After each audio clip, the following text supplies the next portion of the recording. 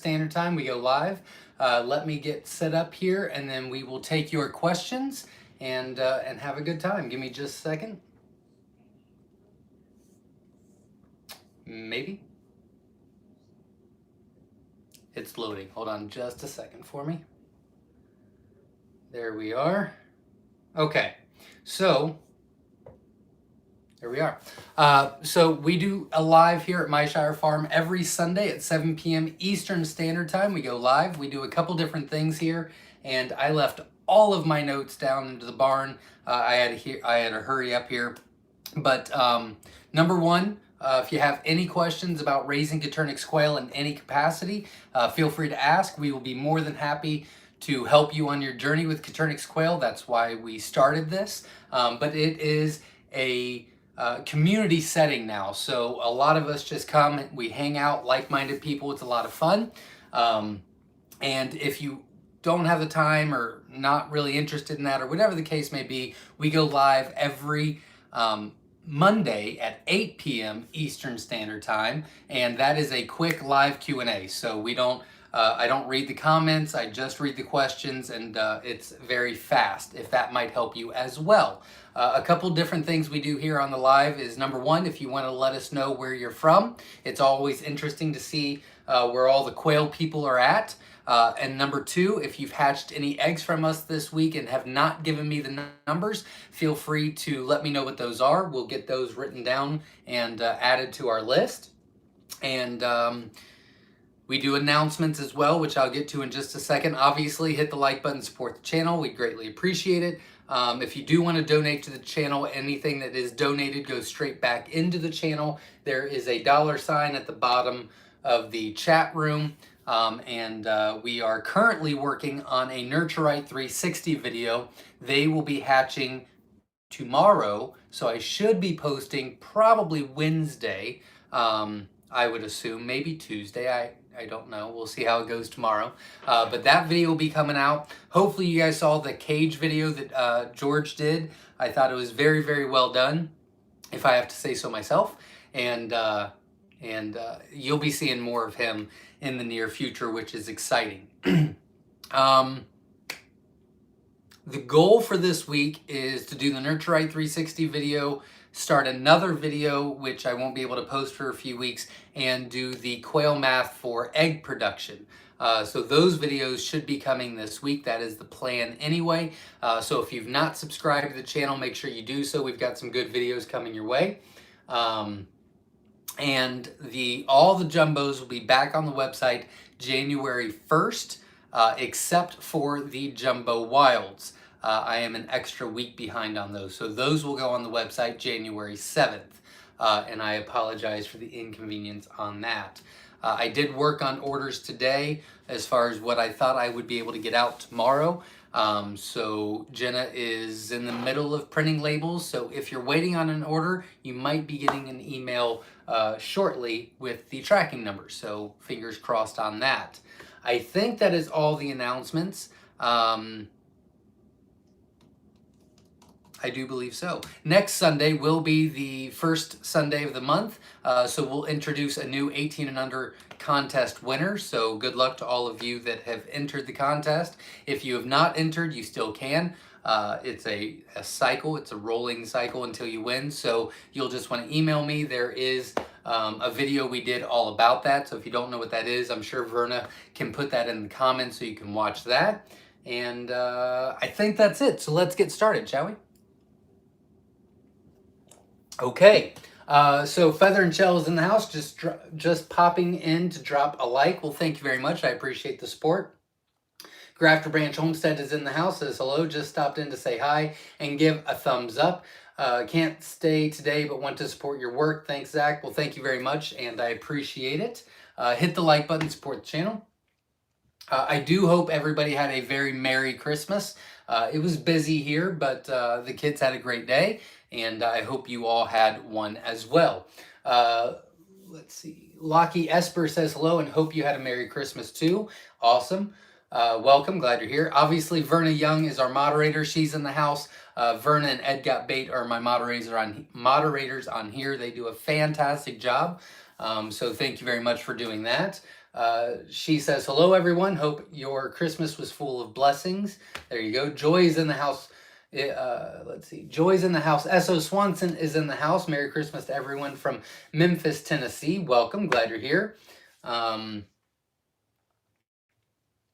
Mekor Acres Rick is in the house. Good evening, Quail folk. Welcome. Glad you're here. La Rochelle Farm is in the house. Good evening, everyone. Mark from Connecticut. Welcome. Jasmine Bass is in the house. She is a moderator or an admin on the Facebook group Self-Sufficient Quail. She does a fantastic job on there. If you're on Facebook and have not joined that site, I highly recommend you do so. It's a fantastic group. Hello, wonderful quail friends and fam. I hope everyone had a merry and blessed Christmas. I have lots of chicks popping and peeping. I said 120 from my own birds. 102 made it to lockdown. That is awesome. Congratulations. And best of luck to you. Let us know how it goes next week. We'd love to know.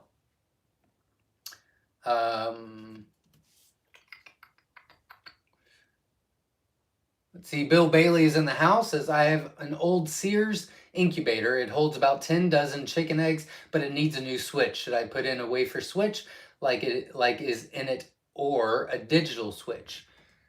It's a good question. I would probably go with the digital. Make a little upgrade on it. I would probably do the digital. I think you would want to do that long term.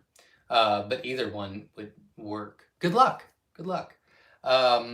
Freedom Quail Farm is in the house. Says, hi, everyone. Welcome. Glad you're here. Jeff Martin is in the house. Welcome. Catherine is in the house. My quail started hatching today. Jumbo mix and color mix. Awesome. Congratulations. Best of luck to you. And keep me posted on the hatch. But best of luck to you. Tim Baldridge is in the house. Hey, everyone. Hope everyone had a good Christmas. Michigander here. Welcome. Glad you're here. And that is how you say it. Okay, I got it. Thank you. Nikki James says, hi, all. Hope everyone had a wonderful Christmas. Welcome. Glad you're here. And you as well. Carrie's in the house. What a beautiful day here. Yeah, it's been crazy the past couple of days. It's been real nice weather. A little scary. Ed Got Bait is in the house, which is my other moderator. Welcome. I'm glad you're here. Good evening, everyone. Hope you all had a safe, great Christmas. Absolutely. Veronica is in the house. Merry Christmas, everyone. You as well. The Runner Bee is in the house. Hello, all from the UK. Welcome. I'm glad you're here. Flew the Coop Farms is in the house. Hi, everyone. Just got done watching the Chiefs win from Urich, Missouri. Welcome. I'm glad you're here. And Flew the Coop Farms actually got a feed store to donate 100 pounds of feed to the 18 and under contest. So that started this month.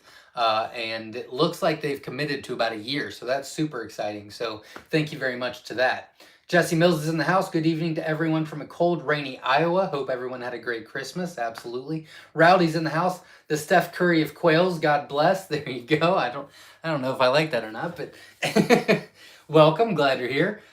We Win is in the house from Texas, and Bags of Love is in the house from North Carolina. Welcome. Zelda from Wisconsin is in the house. Cameron from Oklahoma, and Steven from Fort Pierce, Florida. Welcome. I'm glad you're all here. Everyday Oil Mommy's in the house. Says, question, why did my Growlfie juvenile roux scalp 2 jumbo white hens and 2 jumbo white roos? I thought he must have outed all 4 as boys, 6 weeks old, but 2 were hens. Sounds like he's just a little too aggressive. I would probably have him for dinner, as it sounds like. If they scalp one, then maybe they just had a confrontation, but scalping that many, I wouldn't even use it in the breeding program. Kevin says, hey, Zach, just noticed today we need a video all about the panda colors. I'm still working on those, still researching it a little bit, but that is on my list, but I can't do that until I have all the right information. So I am working on that. We're just not ready for it yet. But good looking out. Jasmine Bass says, watching from Southwest Missouri, aka Missourian. There you go. Veronica from upstate New York is in the house. Welcome. Jesse Mills is in the house. Welcome. Loretta, if you're watching, welcome. Glad you're here. Dr. Connie's in the house. A belated Merry Christmas wish to all and wishing you a blessed 2022. Absolutely. Best of luck to you. And keep me posted on your hatch as well. I know it just started, but good luck. Tim is in the house. What is the recommended height of a hatching tray? Also, how many eggs per foot? How many eggs per foot or inch? I don't know the second part. I don't understand the second part of your question. How many eggs per foot or inch? I don't know what you're trying to say on the last question. I'm sorry. I'll need you to reword that. But the recommended height of a hatching tray. Ooh, haven't had hatching trays for quite some time. I think we used to, well, I can tell you where we used to get them from. We actually, there is, well, we got them from a couple different places. There is usually a kitchen supply store that usually will sell trays like that, or you can go to places like Panera Bread, a bunch of donut shops, things like that. When they switch out their trays, they usually will just give them to you. We did that a lot. You can get the oil pan trays from like AutoZone or Amazon or whatever the case may be. But the inches, not a lot, but I don't have a lot of trays anymore. It seems as though that it's like a half an inch, but I don't know. I'm sorry. I apologize. Luckily, we don't do trays very often. Kevin says, what's up, everyone? Hope everyone had a good Christmas. Absolutely. La Rochelle Farm says, I order the quail egg racks to store eggs on the counter from Coop and More. Well, they don't work for jumbo. Have you or anyone else found which ones work best? Quail egg racks to store eggs on the counter. Either we put them in the plastic cartons or we put them in the trays like we're putting in the incubator. So I don't really know what you mean. So the only way we store eggs is if we're putting them in the incubator, which we just use the incubator trays to put in, or we just use the plastic trays that we sell to our customers, which would be the only reason we set them on the counter. Hopefully that helps. I don't know. Doris is in the house. Good evening, everyone. Hope everyone had a very Merry Christmas. Absolutely. Doris, I know you go out tomorrow. You are the top one on my list, so that's very exciting. You should have already received a tracking number, so good luck. Jasmine says, George did a great job with the video. Absolutely. Not a lot of retakes either. I take quite a bit of retakes, but he did pretty good.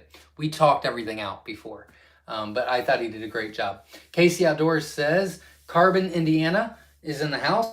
I had hatched out 69 quail. A pile of them decided to sit on 6 of the babies and killed them. Did I have enough room in the brooder? Yeah, it's more of a heat issue. They were too cold, so they piled up on each other. So they'll need a little bit more heat. That was the issue there. It wasn't the space, but the heat is why they would do that. It's a good question. And, I mean, it happens. I mean, that's, you live and learn kind of thing. So now you know, it probably won't happen again, but sorry that happened. Weems Farmstead's in the house. Merry day after Christmas, y'all. Louisiana's in the house. Welcome. Glad you're here.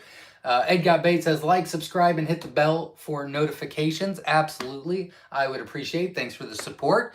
Dale's Quails donated $20 to the channel. Thank you very much. Says, thanks for, oh, I lost it. Thanks for helping build this amazing community. Absolutely. Dale's Quails sells brooders and cages on their website and a couple other things. But if you're looking for a cage, you can definitely check out Dale's Quails, and that's just the website, dalesquails.com. But thank you very much for your support, and that will be put into our next project. So I'm pretty excited about that. Like I said, we will be finishing up the Nurture Right 360 video maybe Tuesday, possibly Wednesday. And I've got a big surprise for you. I've got a big, fun surprise, I guess. It's not really a surprise, kind of a surprise. That will be at the end of that video, but I'm pretty excited about that. And we've got a couple more reviews coming your way. And we've got some good videos lined up, so I'm very excited about that. John is in the house from Washington State. Welcome. I'm glad you're here. Joy is in the house from snowy Western Oregon. Welcome. Glad you're here. Bill Roberts is in the house. Merry Christmas from Paw Paw, Michigan. Welcome. Glad you're here. Michigander. Michigander is what you're called. See, I remembered. Chad is in the house from Tulsa, Oklahoma. Howdy, y'all. Welcome. Glad you're here. Bill C says, do egg layers ever have to be rationed on feed due to overweight? No. But that is... So here's the thing with that. I love the fact that quail can be raised in many different ways. So, for example, we raise our quail in a specific way here. But Slightly Redneck, which has a YouTube channel you can check out, he raises them in a different way, and that's completely okay. It's just different things for different people. It's not a big deal. So, who was that? Bill C. So Slightly Redneck feeds them like a 30% starter grower their entire life. And he does fine with it. There's no issues. Not a big deal. We don't do that for two different reasons. Number one, they don't really need protein after they are laying, so you really should lower the protein in our recommendation to about 15 to 20% protein. And then make sure that they have about a 3.5% calcium and a high fiber. I can't remember what that is. I think fiber is 1.5%, but I can't recall off the top of my head. But we recommend they go on a layer feed at about 8 to 10 weeks, depending on which ones you have. But there's different ways to do things. But the reason why we don't recommend a high protein is, number one, when you have a high protein, typically you have a low calcium. The calcium and the fiber help them produce the eggs and stay healthy for an extended period of time. So I like the lower protein so that we have a higher calcium and fiber.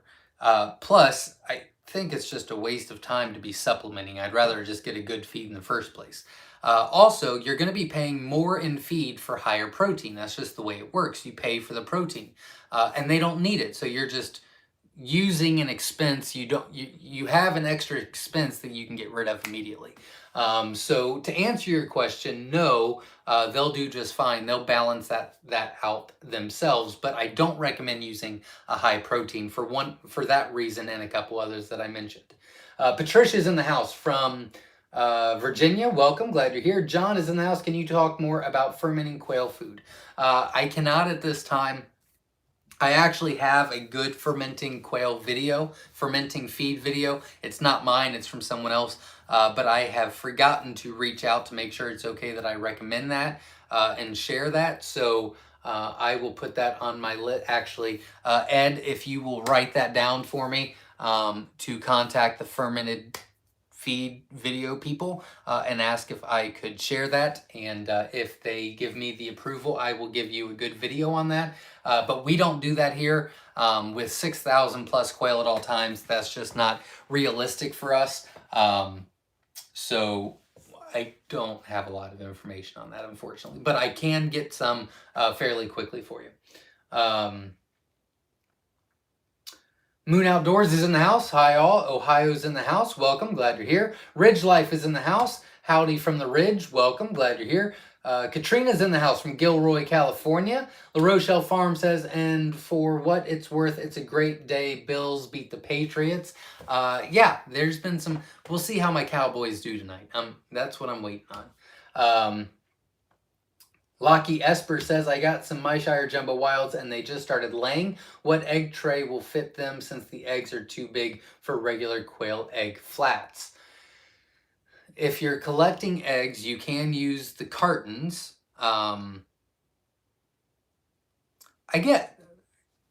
So whenever I've collected eggs, there's only been 3 ways that I've ever collected eggs.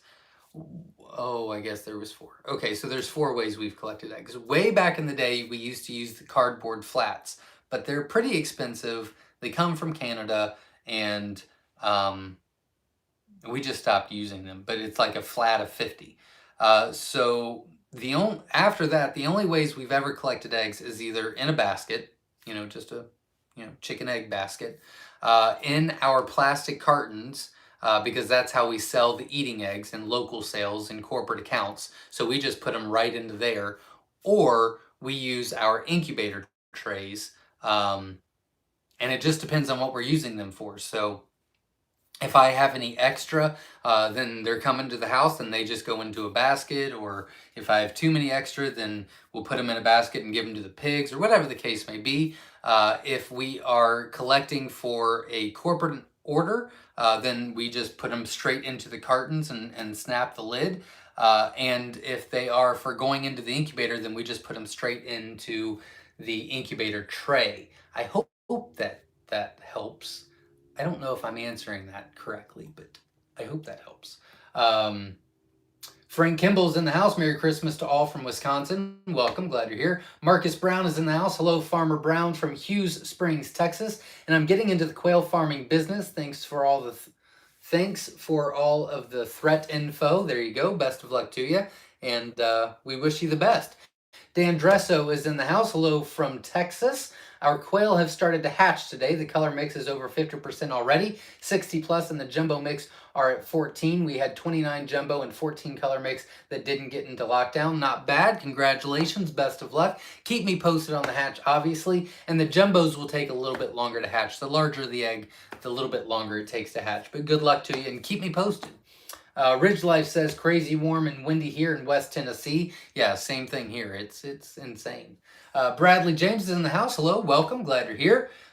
Chad Berryhill is in the house. Welcome. Dale's Quails is in the house. Good evening, everyone. Wisconsin here. Hope everyone enjoyed the holidays as much as we did. Absolutely. Orlando's in the house from New York. Welcome. Glad you're here. Casey Outdoors is in the house. Dale's Quail says, just waiting on those fatty jumbo wilds to be back in stock. Oh, fudge. Yeah, you called me. I was supposed to send some to you. Crap. I got to get some orders out real quick that people have been waiting. I will get you your eggs that you asked for before I put them back in stock. I promise. I completely forgot. Verna, if you'll write that down and tell me that I need to put Dale on my list. Sorry, buddy. Patty's in the house. West Tennessee's in the house. Welcome. Glad you're here. Sunrise River Quail says, question, are you up to answering a genetic question, Zach? You can ask. You can ask. Go ahead. I am here to answer your questions. PJ's Family Farms in the house. Good evening, all from New York. Welcome. Glad you're here. John is in the house. Wait to order an incubator. What should I buy?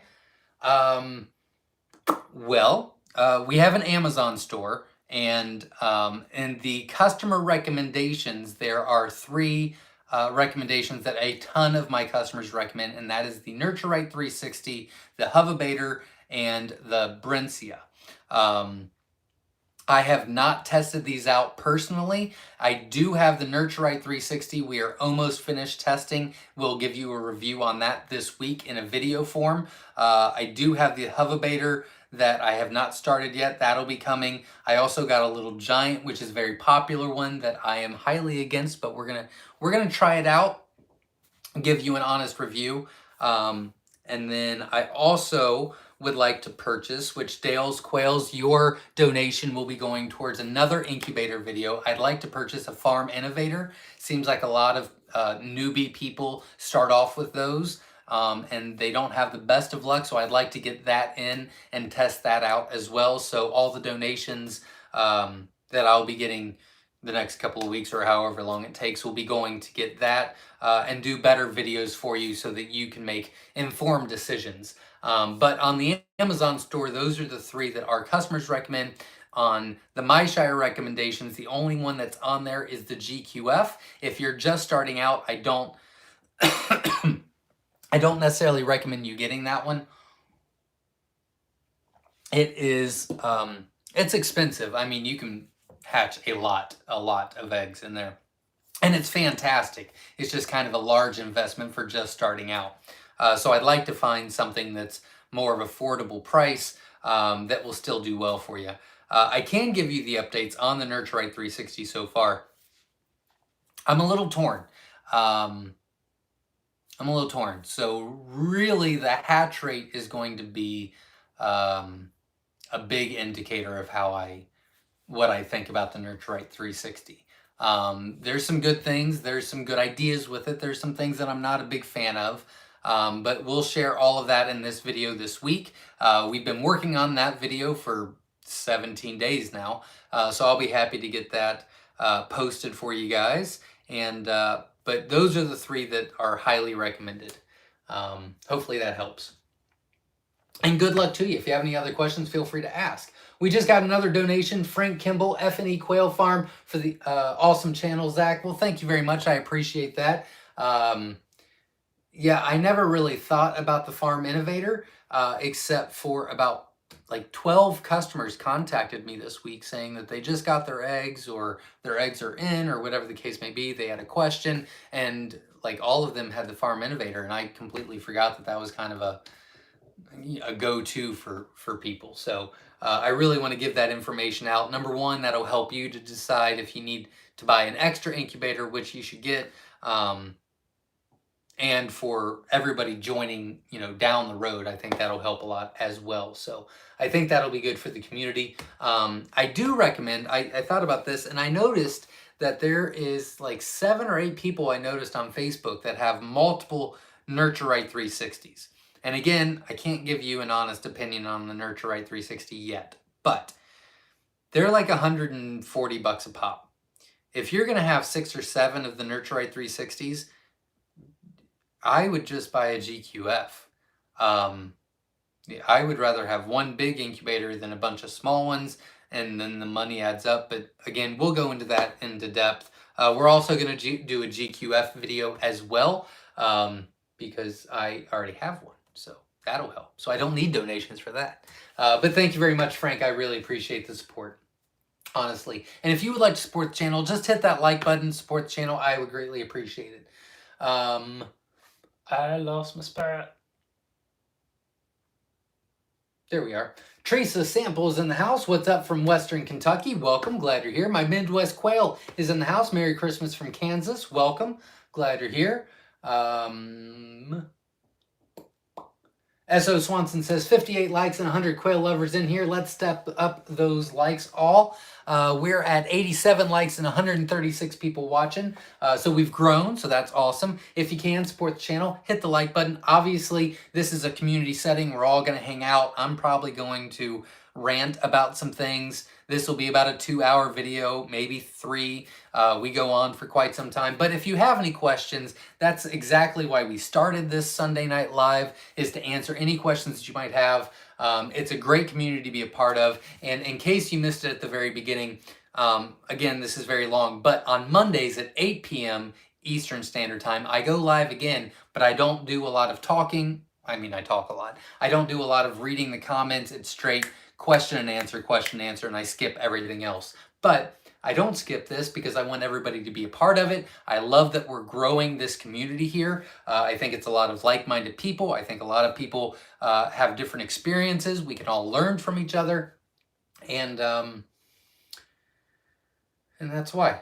I guess I ran out of reasons. But those are good enough. Rick is in the house. Can the eggs that don't pass candle test before lockdown be eaten, or do they go to the garden camp? They need to go to the garden camp, especially if they're not fertile.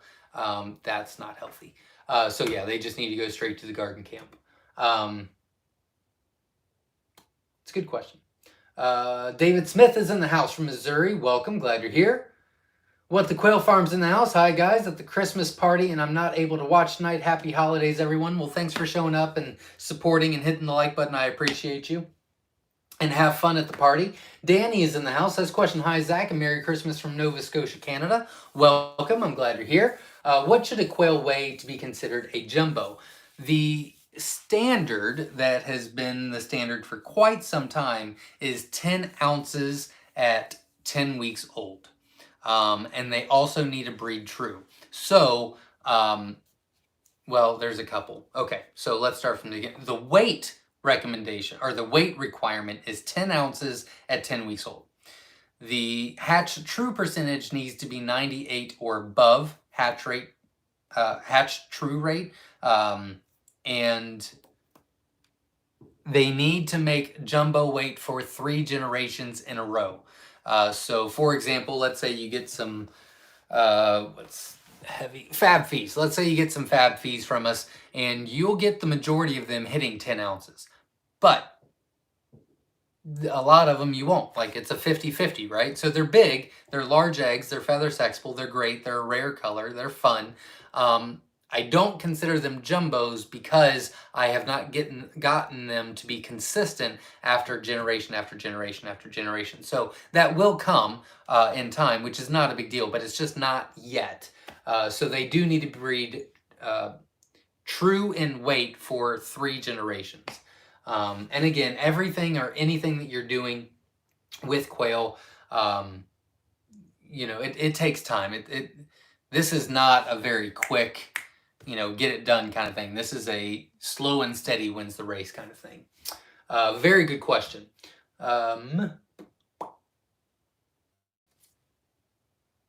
Sunrise River Quail says breeding blacks doesn't require Tibetan hens to fab fee roos or fab fee hens to Tibetan roos. It's a good question. Honestly, you wouldn't do either one.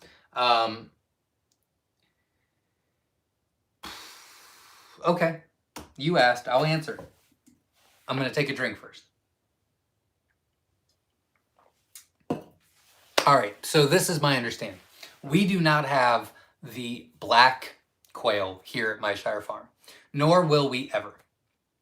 My understanding is that it was imported from Germany illegally last year. Well, it was imported last year, which means the testing has not been done on those. Technically, if you import something in, it needs to be isolated and quarantined for 2 years with multiple generations before you let it loose into other places, other farms, other homesteads, whatever the case may be. So, because I do not know what the genetics are on that, they will not come here on the farm. So I'm going to say that. Now, you can breed very dark to black quail. You can do that in 2 different ways. Number one, you can breed Tibetan to Tibetan for multiple generations. Typically, we got it pretty close at about 7, and then I introduced new blood because I didn't want to do anymore. So you can Tibetan to Tibetan over and over and over. You can get pretty black quail. The other is you can breed Tibetan males with growl fee hens. And I'm talking no Rosetta, like growl fee. Like, well, if you put, let me back up. If you put fab fee with Tibetan, you'll start getting some growls, okay? Now you can take those growls and breed them together, which is fine. Or you can take those growls and breed them to Tibetan, and you're going to get darker and darker every generation. So those would be the 2 ways to do it. But if you were doing fab fee with Tibetan, that would produce growl. Not all, but you would start getting some growl in it. Because that's pretty much what it is a growl fee is a Tibetan with the fee gene in it, is pretty much what that is. Hopefully that answered your question, and I made it as simple as possible. Not a big fan of genetic questions, but it was a good question. And again, if you have any questions concerning quail, feel free to ask. I will be happy to give you my honest answer.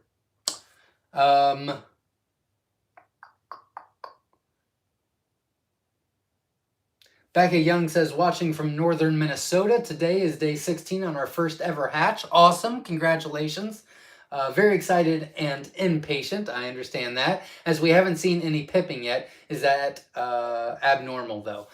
No, day 16, you'll start seeing pipping. I mean, it's hard. You're still kind of early. Becca, why don't you tell me what your temp and humidity is, if you're still on? Becca Young, if you can let me know what your temp and humidity is and what incubator you're using, we can try to help you out and determine if you're good or not. But best of luck to you, and hopefully you're still on. I didn't bore you, and you can give us that information. What the Quail Farm says, got my thumbs up at least, LOL. Well, thank you very much. I appreciate it. Have fun at the party.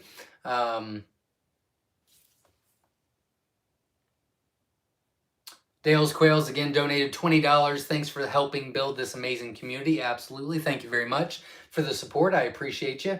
Egg Got Bait says, hi all. If I don't type your name, I'm sorry. Just too many to type. LOL, but glad you are all here. Absolutely. That's a good problem to have. Sunrise River Quail says, when canning quail, long do you pressure them for? When canning quail, how long do you pressure them for? That's a great question, and I don't know the answer. That would be a Jenna question, but I would check the comments because I would assume someone on here knows that answer. Again, great community that'll help out. So I would check the comments below, but I do not know because that is not my department. Tim says, I was trying to ask about the tray or cage that eggs are hatched in. Oh, that would make sense. Thank you very much. Well, the GQF is probably, what is it, an inch? An inch high? Not much more than an inch. Maybe 2 inches. Wish I could remember what they look like right now. The trays used in lockdown, the height of them, and how tightly should eggs be packed in that egg hatch tray? Oh, okay. All right. Well, then that makes good sense. And I probably should have gotten that in the first place. So we built our own lockdown, and it is 6 inches high on the sides. That is a little extreme, but it's nice. The reason I say that is because the GQF, you take the lid off and they just start popping out like popcorn. They'll just run everywhere. But with our trays, we can literally take the tray out, put it in the brooder, and start counting them one by one, and they can't jump out. So the higher, the better, honestly. You know, you can do as little as 1 inch. Doesn't make sense. That was stupid. I shouldn't have said that. How big are those GQF trays? I think they're 2 to 2.5 inches. They're not much taller than that. They don't need a lot. So that would be the minimum I would go. But I mean, again, if you can go about 4 inches, they won't be able to jump out of it, and it's ideal if you're making your own. I really like that. That is one thing. Now, the Nurturite 360 has not hatched out yet. They're in lockdown.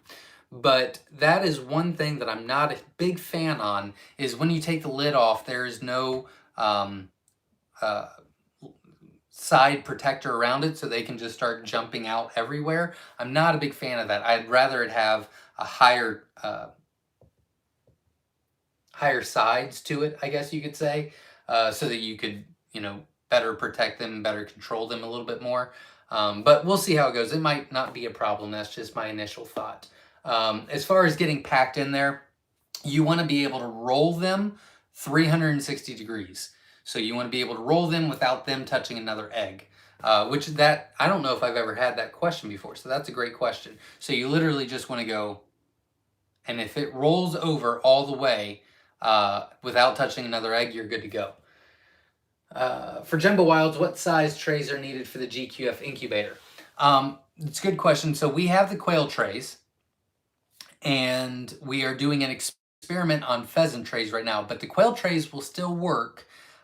They just can't be stacked. So you can only put the jumbos on top, or on top. You can't double stack for jumbos. So we're going to try the pheasant trays. We have not done that yet because I don't have any jumbos to do.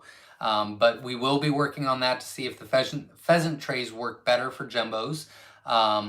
But we still use the regular trays, just not double stacked. Yeah, that should be fine. Our jumbos are starting to get a little bit bigger than what I'd like. I think I'm going to kind of hold that back a little bit this year. I'd like them to get just a tee bit smaller, but we'll see how that goes. Not too much, but now I'm starting to, like when I put jumbos into the GQF tray, I'm like skipping spots continuously. I think it holds like 200 eggs or something like that. And last time I put some in, I only had like 170 in the tray because they just wouldn't fit next to each other, and I'm not a big fan of that. But maybe the pheasant trays will work perfectly, and then I don't have to worry about it. But I want them to be, I want you to be able to incubate them too. I don't want you to run out of room because you can't put them next to each other. Battleborn Urban Farm is in the house. Hi all, welcome, glad you're here. Pastime 84 is in the house, welcome. Dora says, got my email. Thank you very much. Looking forward to getting my very first set of quail eggs and hopefully my first quail hatching ever. Absolutely. Best of luck to you. And I'm happy that we can finally get your order out. I do not like being behind on orders, and it is stressing me out. I can tell you that. If you can support the channel by hitting the like button, I'd greatly appreciate it. Eagle Ridge is in the house. Greetings. My Myshire Jumbo look a little small to medium in size. Is that okay? Looking forward to the 25 to 29 hatch on January 3rd. Hope everyone is having a great Christmas holiday. I'm a little confused. I don't really know what you mean, Eagle Ridge, because it doesn't look like they've hatched yet, so I don't really know what you mean. I'm sorry. It might be me tonight. I might just be reading things wrong. I don't know what that means. I'm sorry. Looking forward to the... Yeah, I don't know what that means. Unless you've got 2 batches. Just clarify for me. McLeod Family Farm is in the house. Hey, everyone. Just stopping by to say hi and give a thumbs up. Absolutely. Thank you very much for the support. Hope you all had a great Christmas. I'm still sick, so I won't be sticking around. Have a great night, everyone, and Happy New Year. You as well, and I hope you feel better soon. And thanks for showing up. Happy Hillbilly is in the house. Made it through Christmas. There you go.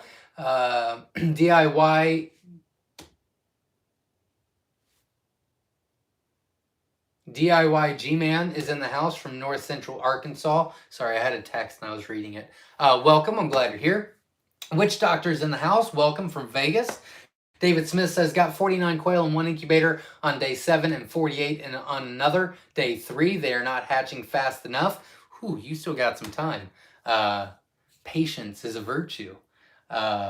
Good luck. Best of luck to you. Living a Rogue Life says, hi, Zach. Hope your family had an enjoyable Christmas. Of my 16 jumbo white wing, only 4 were white wing, 4 are white with black spots, and the rest look like jumbo wild. I would give it a couple more days. 16. Yeah, I'd give it a couple more days. Sometimes they're a little bit tricky, but keep me posted on that once they're about 2 to 3 weeks old. But keep me posted on that. Bridger Hall's in the house. Not sure if you remember, I had some real messed up incubator problems a few weeks ago. Your advice was great. Just hatched 17 out of 20, even with the first 10 days being all over the place with temp. Awesome. Congratulations. That's wonderful. And I think you're just going to keep getting better and better. So that's great. Congratulations. Glad I could help, and I'm glad you asked.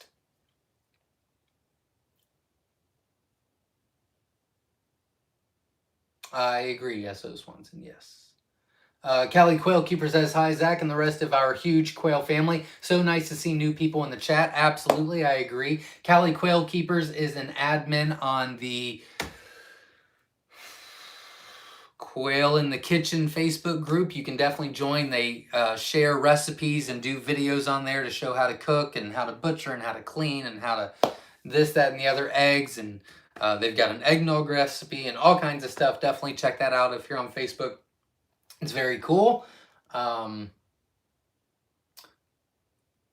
Swanson says, Whiskey Tango Farms has an egg holder like what they give out in the 18 and under contest.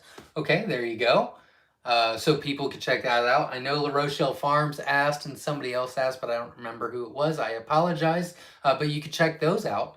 Teresa Sample says, what is the lifespan of hens to be laying quality eggs? About 2 years.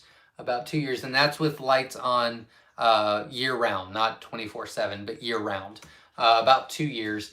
They vary depending on which one. So the jumbos are going to lay larger eggs, but they'll lay less, and for a shorter amount of time. I think they average like 1 year, 9 months, maybe a little bit longer. I can't remember. That's on. I've got a playlist called All About the Colors, and we break down every color in jumbo that we have and give you average egg size, average weight, average lifespan, production value, all kinds of stuff, what they look like, how to sex them, things like that. And the playlist is called All About the Colors. You can check that out. It's also on our main page on our YouTube channel.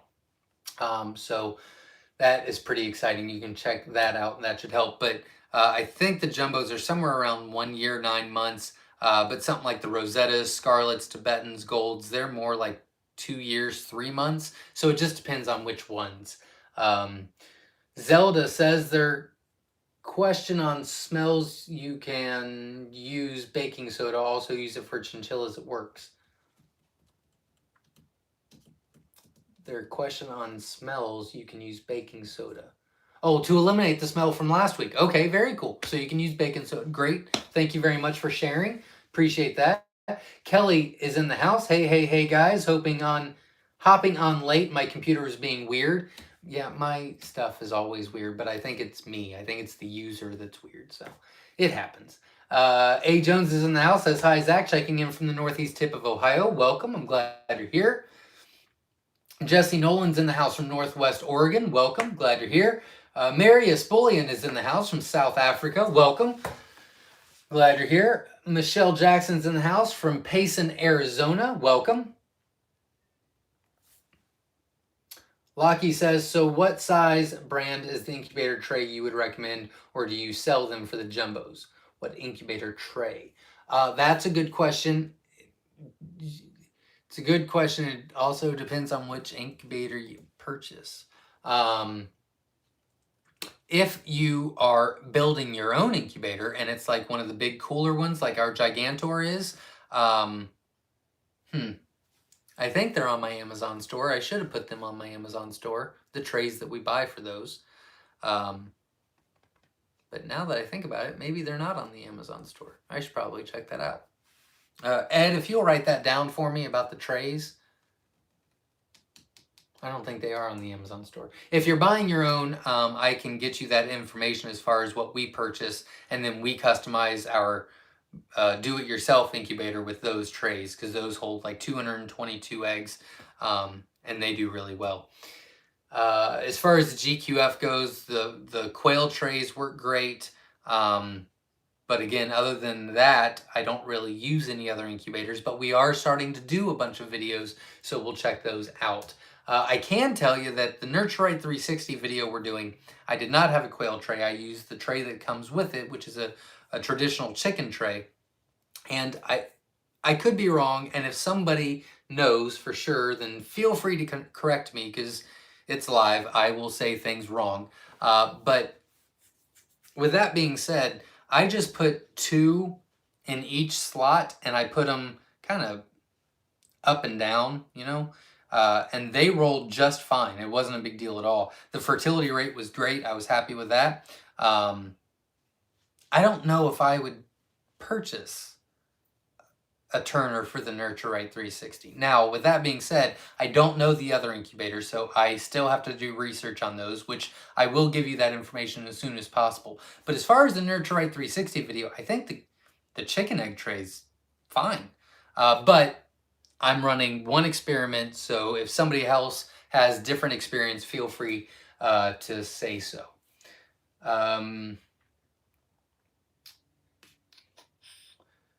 Hey, Got Bait says, a crazy farm, how did you use the baking soda, sprinkle it on, open a box, or a different way? There you go. It's a good question. Hopefully they'll respond for you. Garcia 1984 is in the house. Welcome, glad you're here. Thanks for the thumbs up. Again, hit the support our channel by hitting the like button. Our goal every Sunday is 140. I'm actually increasing that. I'd like to get 150 likes for every YouTube live we do. Makes me feel better, supports the channel, and gets more, I don't know, something with YouTube. More likes, better helps the channel. I don't really know how it works. La Rochelle Farm says, question, do you have any issue with jumbo eggs in the plastic cartons? I know it helps to put the bigger ones in the middle, but that's not what I want to do. I just want cartons made for jumbo eggs. That's all we use, so that's the only experience I got. We order our cartons, and they are the largest ones that we have found. And I've got a good relationship with who we order them from. We order 10,000 at a time. So even if I found something different, I'm okay with rearranging them. I do understand what you're saying, but I don't have any other experience. Because we went from the 50 count flats to the cartons, and then I haven't tried anything else. So unfortunately, I do not know. I'm sorry. Garcia 1984 says gargantuan. There you go. A Jones is in the house. Verna says farm innovators are a pain. I've heard, so we'll do some research. We'll do some research. Dora says if needed, you could send my eggs to Dale's Quails. You are not. You got something. He asked for something else. But that was very kind of you. Thank you. Zelda says and this is your first time, you get the eggs. Zelda says, if you buy the GQF incubator, please buy the water bucket for your lockdowns. Absolutely. I think you actually messaged me on that, and I forgot to say something. Yes. So you can buy the GQF, and then there's a water bucket and things like that. Now, we have ours hooked up to automatic water. It's going through the watering system here. But yeah, absolutely. You're definitely going to want a bucket system. You can purchase that. It's not that expensive, but that will save you a lot of time and hassle because that GQF will go through a lot of water. But it's fantastic. So Albert Diaz is in the house. Is there any study about the light color in the brooder affecting the growth of the quail? Color is amazingly important in the growth factor of many things. That is true. I've not seen that in quail. We are going to be starting to do a research on that, but from what we've done in the past, and again, it wasn't enough to do a video on to give you that information, so we're going to actually do the right research on it before we do a video on it. But back in the day when we experimented with it, we saw no difference because in a lot of things, the light does matter. But in this one, we did it a few different times in a few different brooders. We didn't really keep track. It was more of just a visual, nope, everything's the same, whatever. So we'll be doing actual research on that and giving you a video on that. But from the initial what we did, we didn't see any difference. Meekor Acres Rick says, I had a hard time candling my eggs this morning when I put my eggs into lockdown. I just want to try again. As the room is now dark, I see a bunch of starting to pip, closed it up and leaving it alone. Awesome. Best of luck to you. And yeah, there's really no reason that you need a candle. The only reason that you would want a candle is to check your fertility rate if they're your eggs, which you could do. But what I would recommend for a lot of people starting out is you candle at the end of your hatch. So let's say you buy 25 eggs, you get 30, you put 30 in, you put 30 into lockdown, and let's say 20 hatch. Take those extra 10 eggs and candle and see if they were developing at all or they weren't. And then we can kind of help you get a better hatch rate moving forward and things like that. But I'm a little concerned about a lot of people candling a lot. I had a customer that reached out to me, I guess it was the beginning of this week, and they said that it looked like a lot of their eggs started to develop and now they're at different stages and a lot of them stopped developing and things like that. And I said, well, when did you candle? And they said they had candled every day and it was day 12. And I said, what? And they said, yeah, we were just checking the progress, so we were candling every day. And I said, I can't open the incubator every day. You're putting too much stress on that. So, so yeah, they were taking the lid off, candling each one of them every day, putting the lid back on. And that's just too much fluctuation. So that's why I say that. Obviously, if you're just going to do it once, that's okay. I'm not saying you shouldn't, you couldn't. Just be careful with it because that can affect the eggs if they're fluctuating in temps a lot. Hopefully that helps.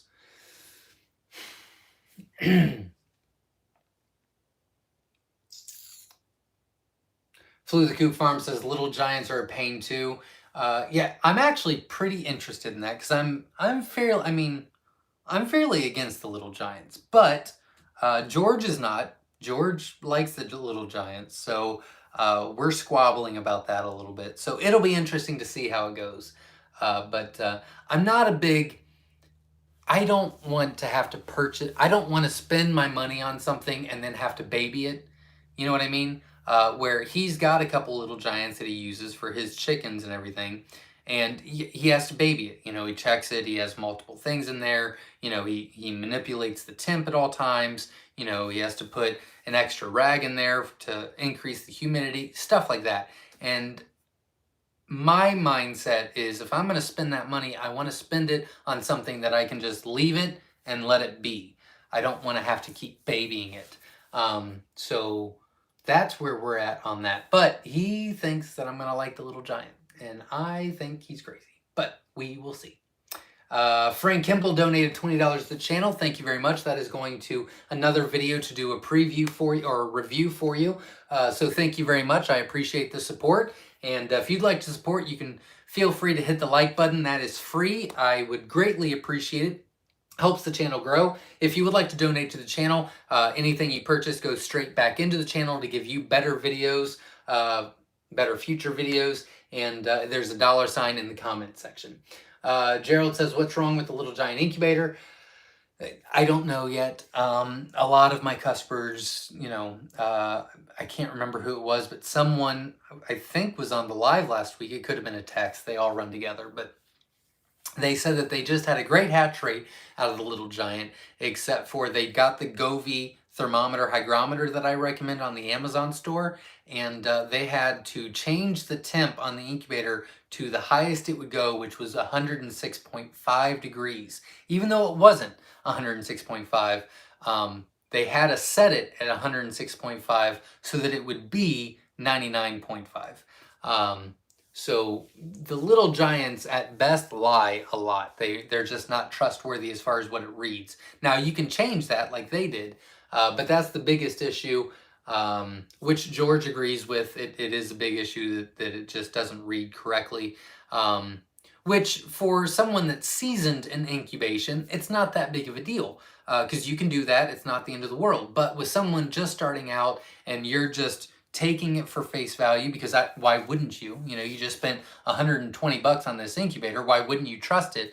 And then they have to rehatch and things like that. So that's just an initial thought. But we just got a Little Giant in. We'll be testing that out and giving you an honest review on that. Living a Rogue Life says, my first dozen eggs from my first batch of SSC hens I hatched from you and a dozen German pastel going into lockdown next week. Awesome. Congratulations. Curious to see if I get the same hatch rate as when I purchased the eggs. Well, hopefully you'll get just a little bit higher, but I can't remember what your hatch rate was, but I don't think it was too bad. But I'd love for you to get 100% hatch rate. So best of luck to you. And I do love the SSCs and GPCs. Gudros, I hope I said that correctly. I probably didn't. I'm sorry. You can correct me on how to say it. Urban Homestead says, we've been dealing with chicks basically just dying once they hit about 2 to 3 weeks old. That is weird. Is there any chance we could be dealing with... No. No. If you had...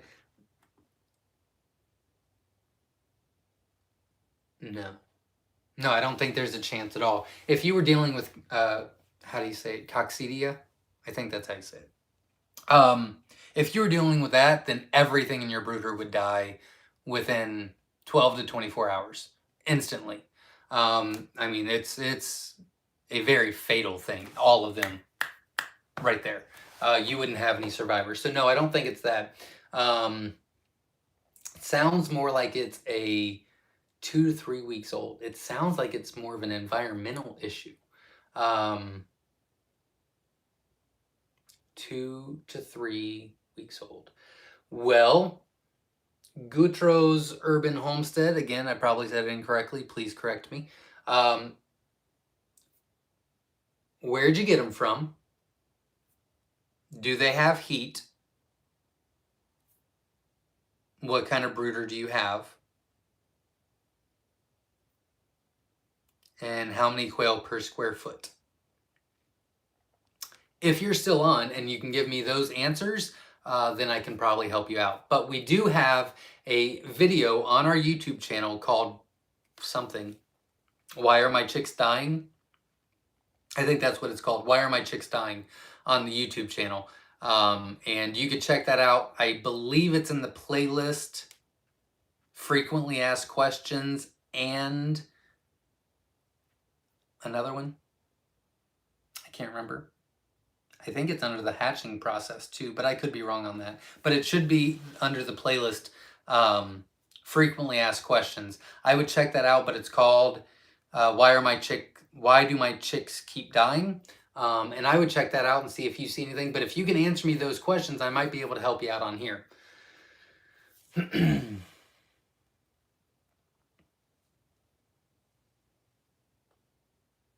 Chad says, my do-it-yourself incubator is done well. There you go. Awesome. Kevin says, I have 4 360s. The ones that work correctly are great. Keep side A full, vent full open, then fill A and B for lockdown and take the turner out. That's about it. LOL. Yep, absolutely. And it's doing fine. There's definitely some things I like about the Nurturite 360. For sure. There's some things that I really, really like about it. There's some things that I'm not a big fan of at all. But we'll get to that. And then there's some things that I think are good ideas. They just could maybe tweak it a little bit. But again, overall, I'm going to give it a grade, A, B, C, D, whatever. I can't do that yet. I have been listing it down as far as where we're at. I was very impressed with the fertility rate. I really like that. Oh, by the way, so we're doing the Nurturite 360. We're going to do a Incubator, which is my personal favorite. So we'll see how that goes. We're going to do the Little Giant, which is my least favorite. We're going to do the Farm Innovator. We've got one more planned. We're all going to use the same cage, so that there's no, oh, maybe it was that cage, or maybe, this one has new males, or this one just whatever. It's going to be the same cage every time, and then we can kind of compare. And I thought that would be a much better way to observe. Jasmine Bass donated $10 to the channel. Appreciate all the time you put into helping others in the community, especially those who are brand new. Keep up the great work, encouraging, educating, and connecting the quail community. Zach, thank you very much. I really appreciate your support, Jasmine. And thank you so much for not only supporting the channel and the community, but being a leader in the community. She's a huge part of the Facebook group. Well, she is the Facebook group, Self-Sufficient Quail. She's got amazing ideas. She's very creative. And there's a lot of good posts on there, so definitely check that out.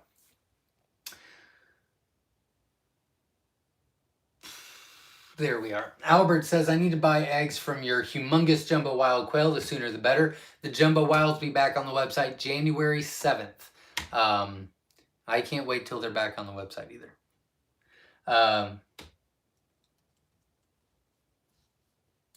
Jana B says, I drink loose leaf tea. Can my quail have the used loose tea as a treat? Yep, absolutely. That wouldn't be a problem at all.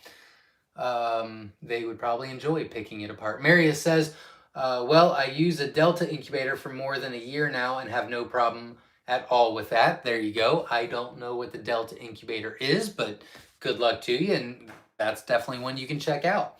Marius, if you want to send me that contact link, I can definitely check it out and put it in the recommendations for people so that they can use the same experience you have. John says, it seems the market needs a good incubator that fits new growers' needs. I agree 100%. I'm working on that to find out what best fits everybody, and especially for the newbies. Living a Rogue Life says, I have 2 Nurturite 360s, and the biggest issue for me is holding a lower humidity. Easy to hold at 65%. There you go. I'm actually having the same issue. So that's interesting you say that. And it did not read correctly. We put the Govee in there, and it does say it's fluctuating between 100 and 100.5, because it was about a half to 1 degree off, which again is not the end of the world, but if you're starting out and you're new and you don't know to have an extra thermometer, hygrometer in there, then now you're at 98.5. That really affects your hatch. So the purpose of these is to really get the information out there that, the incubation process is very, very critical to your success, but there has to be steps taken and measured. And that's for any incubator. That's from, the GQF to the Little Giant to anything in between. You got to make sure that it's staying the course and it's not lying to you. And the number one rule for the quail community is incubators. That's right. They lie. They're lying dogs. Kevin says easier to pay 130 to 150 over months than 7 to 900 at once. Multiple 360s kind of just add up. There you go. That does make sense. I understand that.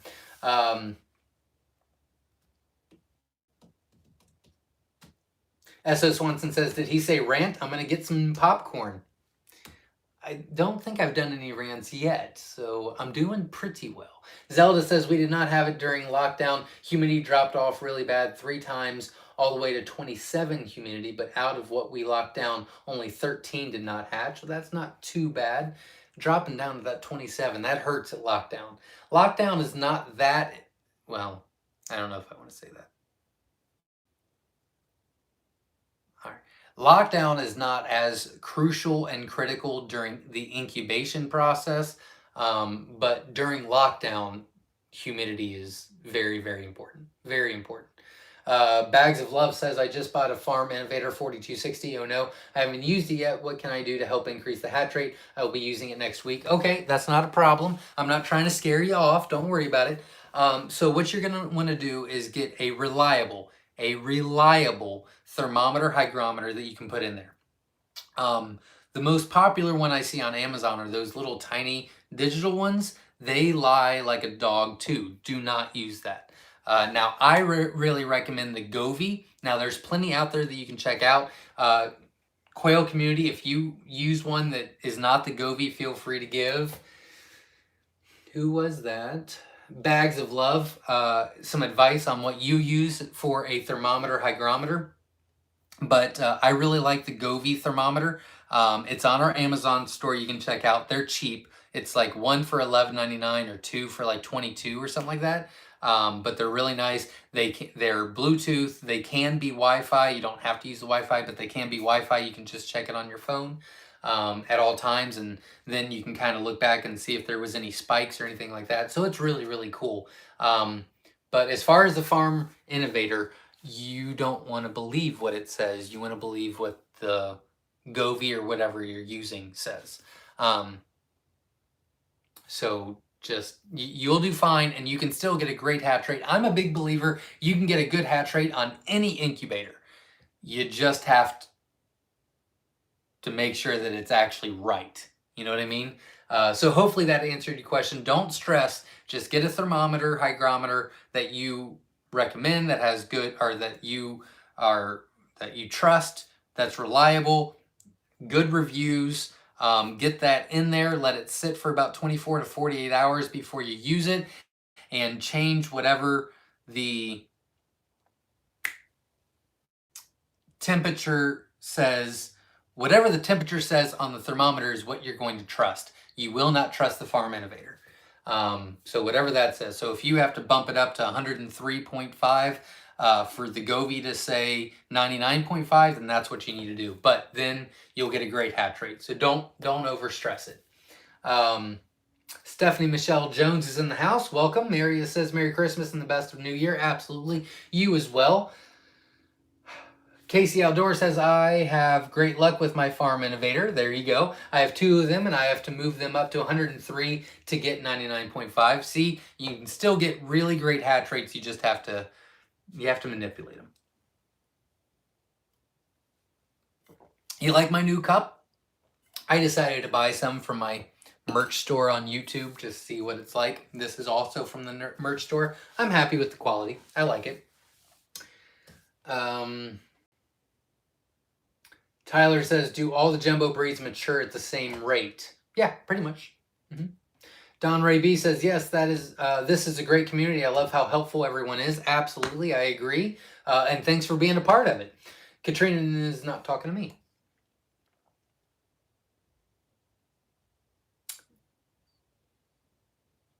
Let's Go Brandon's in the house says, good evening, everyone. Welcome. Glad you're here. La Rochelle Farm says, Zach, can we play a game? Every time you say or do a rant, someone wins eggs. I do like that. Yes. Yes, we can. Let's do that next week. So the first Sunday of next month, the next live, not tomorrow, but the next Sunday live, we will do a contest. And every time I get off subject, every time I do a rant, I will give away eggs. I think that would be a fantastic idea. So yeah, we will do that for the new year. That'll make it fun and interesting. I'm trying not to rant tonight. I have had a long week and I'm not in the bestest of moods. So I'm afraid that if I start ranting, that Jenna will get hateful emails because I ranted too much. And sometimes that happens. So I'm trying to control it tonight. But next week, I should have a much better week and I will have no problem ranting. It's a good idea. Let's do that next week. Vernon and Ed, if you will remind me that we're going to do that rant giveaway next week, we'll make it fun, and I will let myself loose as many rants as I possibly want. John says, Zach, how often do you eat quail? When was the last time? It's a good question. We actually had quail 2 weeks ago. Last week. A week or two ago. We've had it less throughout the years, not because we don't like it, just because we don't have enough. But we are actually going to change that next year. One of our personal goals is that we are going to have quail meals twice a week. Once with eggs, once with, we're going to have a breakfast with eggs and meat, and then we're going to have one dinner a week with quail. So we're going to change that up. But yeah, I mean, quail's delicious. We just never have any, surprisingly.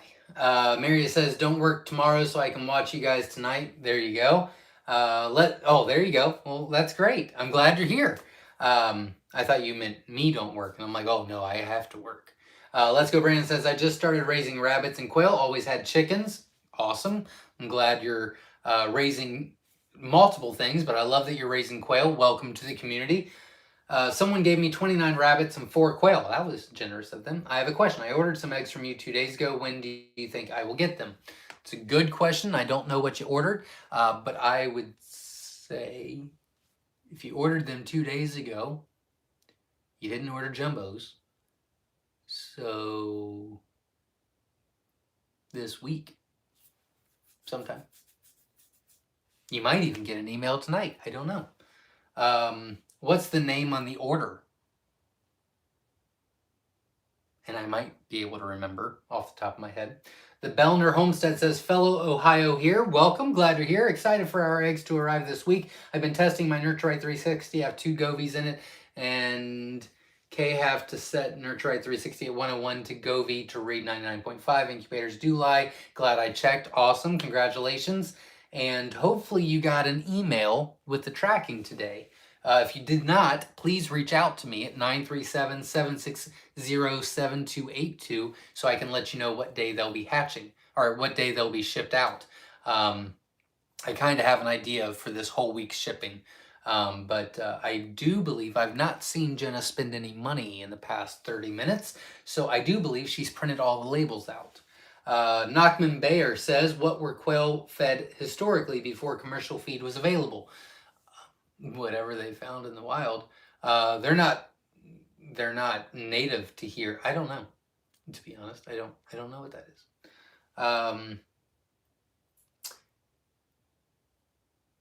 Henriette Bullion's in the house. Hello, everyone. Merry Christmas to all. May you all have a blessed 2022. Absolutely. Best of luck to you as well. I think that you had a fantastic year this year growing your quail business. And growing in the quail community. So I hope you have an even better year next year. But you had a huge year this year, so keep up the great work. I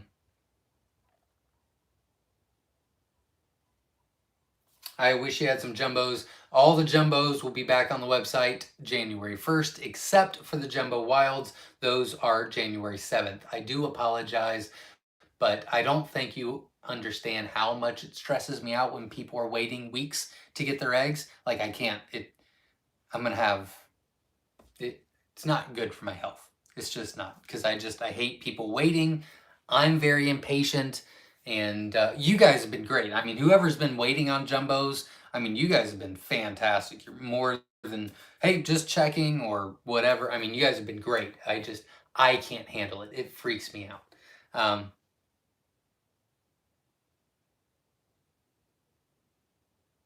Sunrise River Quail says, I was asking because K-Dale used to have them, and since he's backed out, I wanted to see if I could try and do it.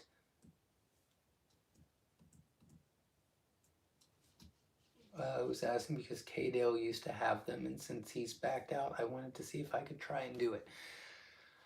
That makes perfect sense. I get it. Personally, I would create your own. I think that's safer. I'm very, very worried about what's in those genes. Very worried. Yeah, it stresses me out as well. Obviously, I get stressed out very easily. Yeah, what I would do is really start working with, I would get dark Ralphies that have no markings on them, and I would get Tibetans, and then I'd start producing them hand over fist. And if you selectively breed, I don't think it'll take that long. That's not my goal, so I'm not trying to do that. But yeah, I mean, if you're passionate about that and you want to do that, I think you should. That's great. Do it. I think that you should do it that way rather than trying to find someone with the black quail, because we don't know what's going to come out of that. And that worries me. Myshire gear. What? Oh, the link to Myshire gear. Yeah, I'm pretty excited about it. I'm happy with the hoodie. I like it. I think it worked out pretty well. And my cup. I really like my cup. I've tried it out twice. Coffee is not in this right now. It's too late for me with coffee. But I was in the quail barn this morning, and I had coffee. I was down there. When did I come up?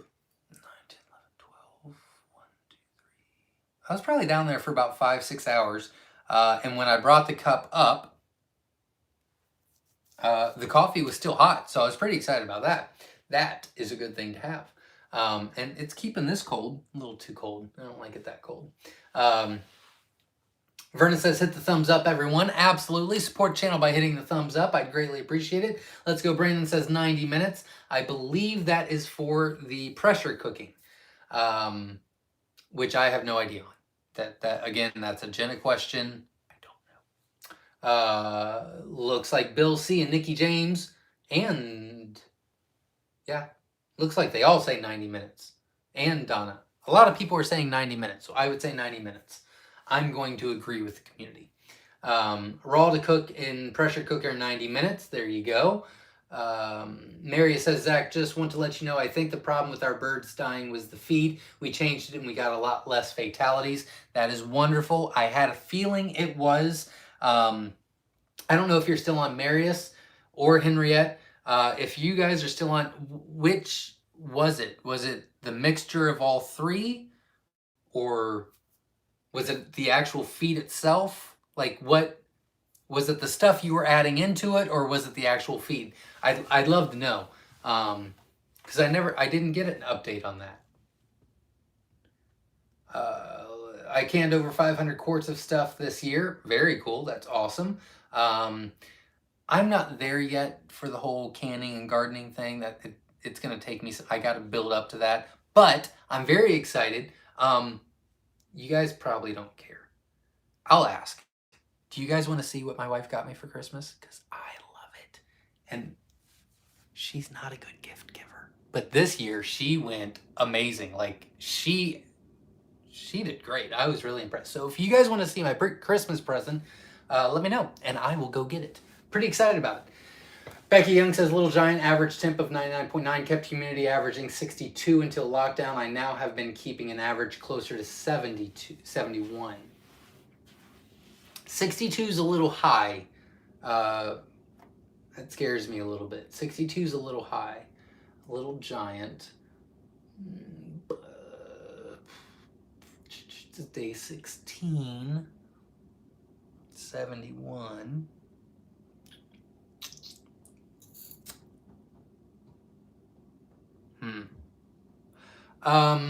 Becca Young, I hope you're still on.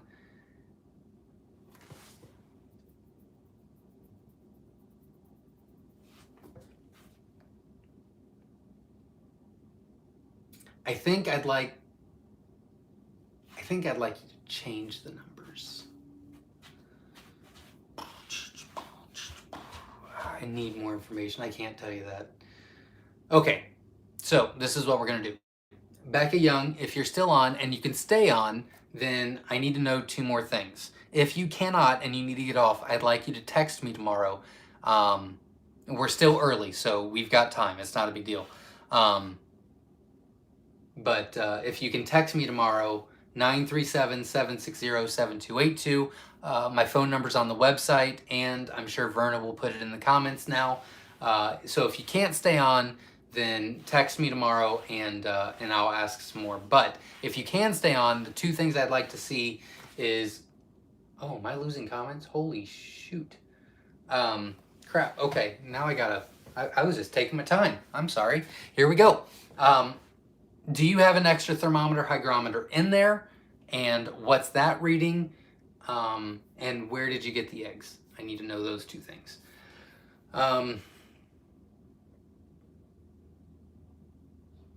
A while ago, I saw that someone had their eggs in a delicate bag during lockdown. This could help with the incubator that chicks run all over. Are there any negative issues you can think of for this? A while ago, I saw that someone had their eggs in a delicate bag during lockdown.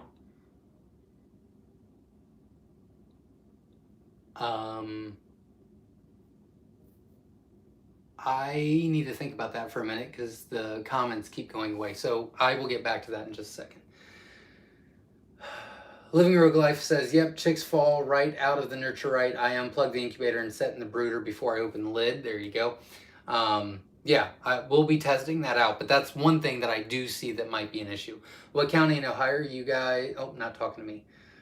Kevin says, just heard. Oh, Kevin just donated $5. Do you want to see? We want to see what you got. All right, there you go. Thank you very much for the donation. I appreciate that. I will show you in just a few minutes. I got to get caught up real quick. Just heard your 360s in lockdown. I'm sure you did, but hope you put something down because the plastic tray doesn't work well for chicks. Plastic tray. Oh, I did not. We'll see how that goes. Thanks for letting me know, though. Let's Go Brandon says, I'm in Missouri. We can make 200 gallons a year. Very cool. Albert says, in your opinion, what is the best performer quail of color in terms of meat and egg production? Important question to me. And sorry, so many questions. Good night. The Egyptian fee, hands down.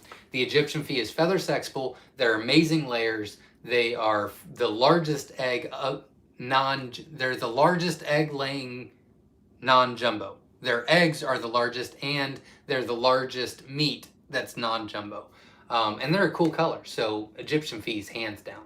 Let's Go Brandon says, I cure and smoke meats too. Very cool. Congratulations. Knockman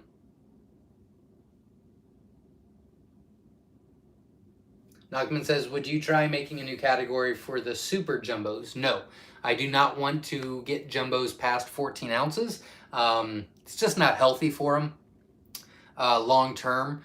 If you get them past 14, you start running into issues with legs not being able to sustain the weight.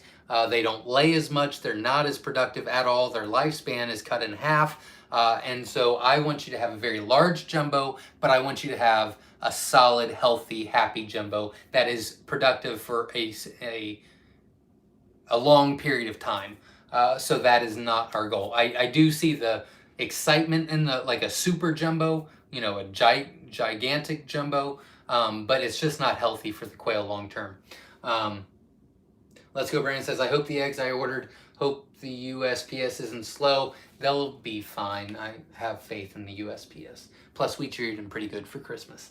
I have chickens that are 5 years old, still laying eggs, so big can't even put them in a jumbo egg carton. So big that I can't even put them in a jumbo egg carton. There you go. Hi there. I'm so excited about getting quail from you in the spring, Lori. Well, thank you very much. Best of luck to you, and we will be here when you are ready. Steve Barry's in the house from Redding, California. Welcome. Witch Doctor says, Zach, your jumbo quail grandkids are going into the incubator this week. Awesome. Congratulations. Best of luck, and I'd love to know how it goes, so keep me posted.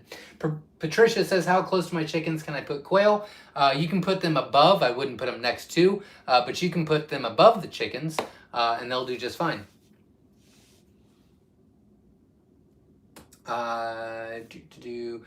10 Tension 10 says, hey Zach, good to be with you. It's day 15 going on 16. Temp is 100 degrees. Humidity is at 79. Should my eggs hatch soon? Within the next couple of days. Yep, keep it just like it is, and best of luck to you. And yeah, you just got to stay patient the next couple of days. But you are good to go. So I would say late tomorrow, early Tuesday morning is when you'll start getting them to pop like popcorn, and that's what you want to see. Witch Doctor says, saying hi for Psycho Word 360 from Vegas. He's in the yard scooping up and cleaning cages. I understand the feeling. It's been a long week with cage cleaning this week. Eagle Ridge says, sorry, my question wasn't clear. My jumbo eggs look smaller in size than I've seen on your YouTube. Maybe egg size isn't as important as the hatched chicks. I'm a first-time hatcher. Yeah, so egg size really doesn't determine the quail size, and we really don't send certain eggs because number one, they have a low fertility rate. Number two, they're harder to hatch. Number three, they're worse in chipping. So we kind of keep it at a minimum as far as that goes, but you'll still get really big chicks. I can promise you that. Let's Go Brandon says, the 4 quail that was given to me was wilds, I think. Very cool. I absolutely love the wilds. I would have ordered some jumbos when you have more, absolutely, and we'll be happy to help you out. Verna says, hit the thumbs up, people. Absolutely, support the channel by hitting the thumbs up. I'd appreciate it. Let's Go Brandon says, did twice. Well, thank you very much. I think if you hit it twice, it actually goes away, doesn't it? It does. Only hit it once or 3 times. Hit it an odd number.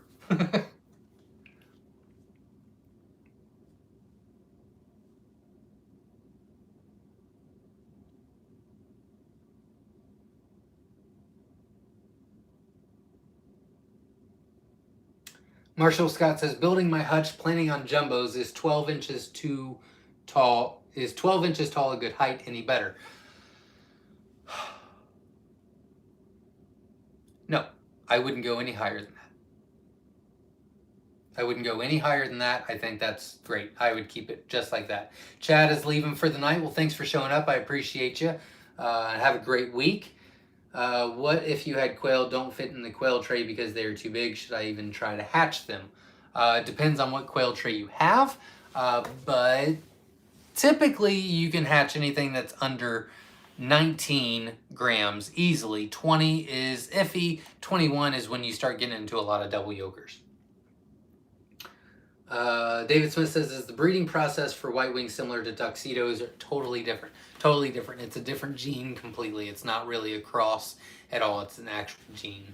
I'm also using the Nurturite 360. There you go. Yeah, as far as the production goes, I'm liking it so far. Again, I can't wait to share all my thoughts on the Nurturite 360. So I'm going to have good, bad, and ugly. But let's see how they produce for me. It's also going to be interesting because we put some into our lockdown and the GQF lockdown at the same time as the Nurturite 360. So it'll be interesting to see the comparison on that as well. I put 2 in each slot, but I spent $12 on Etsy or a quail turner for the Nurturite, and it worked better. Okay, there you go. Thank you very much for letting me know. Amazon store has Wright Farm Products 221 egg, small egg, quail bird egg tray for cabinet incubators. Okay, so I did put it on there. Yeah, that's what we use for our do-it-yourself incubator, is what he just said. Let's Go Brandon says, I thought I would just use the chicken trays. Most likely they won't fit. If they don't fit, you might be able to put a little piece of paper towel underneath them so that they can kind of fit into place, but you'll want to keep an eye on that. Witch Doctor says, we just got our 3D printed egg holders from Whiskey Tango Farms. I love them. There you go. Awesome. Living a Rogue Life says, if I want Jumbo Wild, should I order now or wait to order? Honestly, what I would highly recommend is when I put them back on the website January 7th, you order right away. And if you don't want them until March, then just put in the notes, don't ship until March 1st or whatever the case may be. But I'm very scared on how we're going to do this year. I mean, I've got a lot growing out and I have a lot of quail, but a lot of people are getting interested in quail, which is great. But I think I think my jumbo's going to take a beating this year. Kevin says, for the quail turner for the 360, you have to buy from someone who made them at home. Sadly, the company doesn't make them yet that I know of. Absolutely, I did know that. I watched all about your videos this weekend. There you go. Thank you very much. Appreciate the support.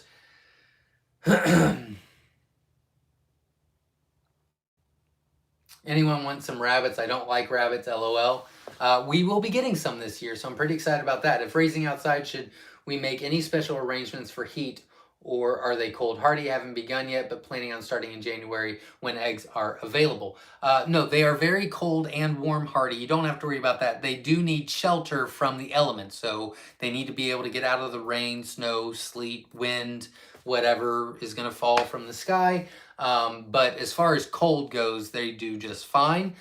Just make sure that their water doesn't freeze or they have constant flow of water, whatever the case may be. But they are hardy. They're fully feathered at 3 to 4 weeks. I would recommend for winter, you probably don't put them outside until about 4 weeks old. But if they're going in a garage or whatever the case may be, basement, garage, barn, whatever, and the wind and the rain and all that stuff won't get to them, you can put them out there at 4 weeks old during winter and they're golden. No problem at all. Clifton is in the house from Louisiana. Welcome. Jasmine Bass says, Zeke, the November 18 and under winner, got his 3.5-week-old quail out in his Wynola Ranch cage in the barn on Friday. He negotiated and got a used carport and is turning it into his own quail barn. He's excited. Awesome. I did get his card in the mail. It was super cute. And he is already, I mean, he's got plans. And I think he's going to go real far. So I'm very excited about what he's going to be doing. Stephanie says, from Franklin, hi Vernon and Zach, welcome, glad you're here.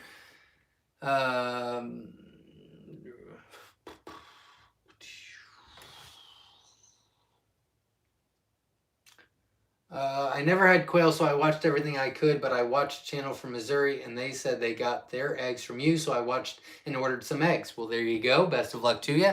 And I would assume you're talking about Living Traditions Homestead, and they got a 75.65% hatch rate, and that is exactly what we actually average for the year on shipped eggs, is 75.65, and we guarantee a 50% hatch rate, and we will make sure you are taken care of.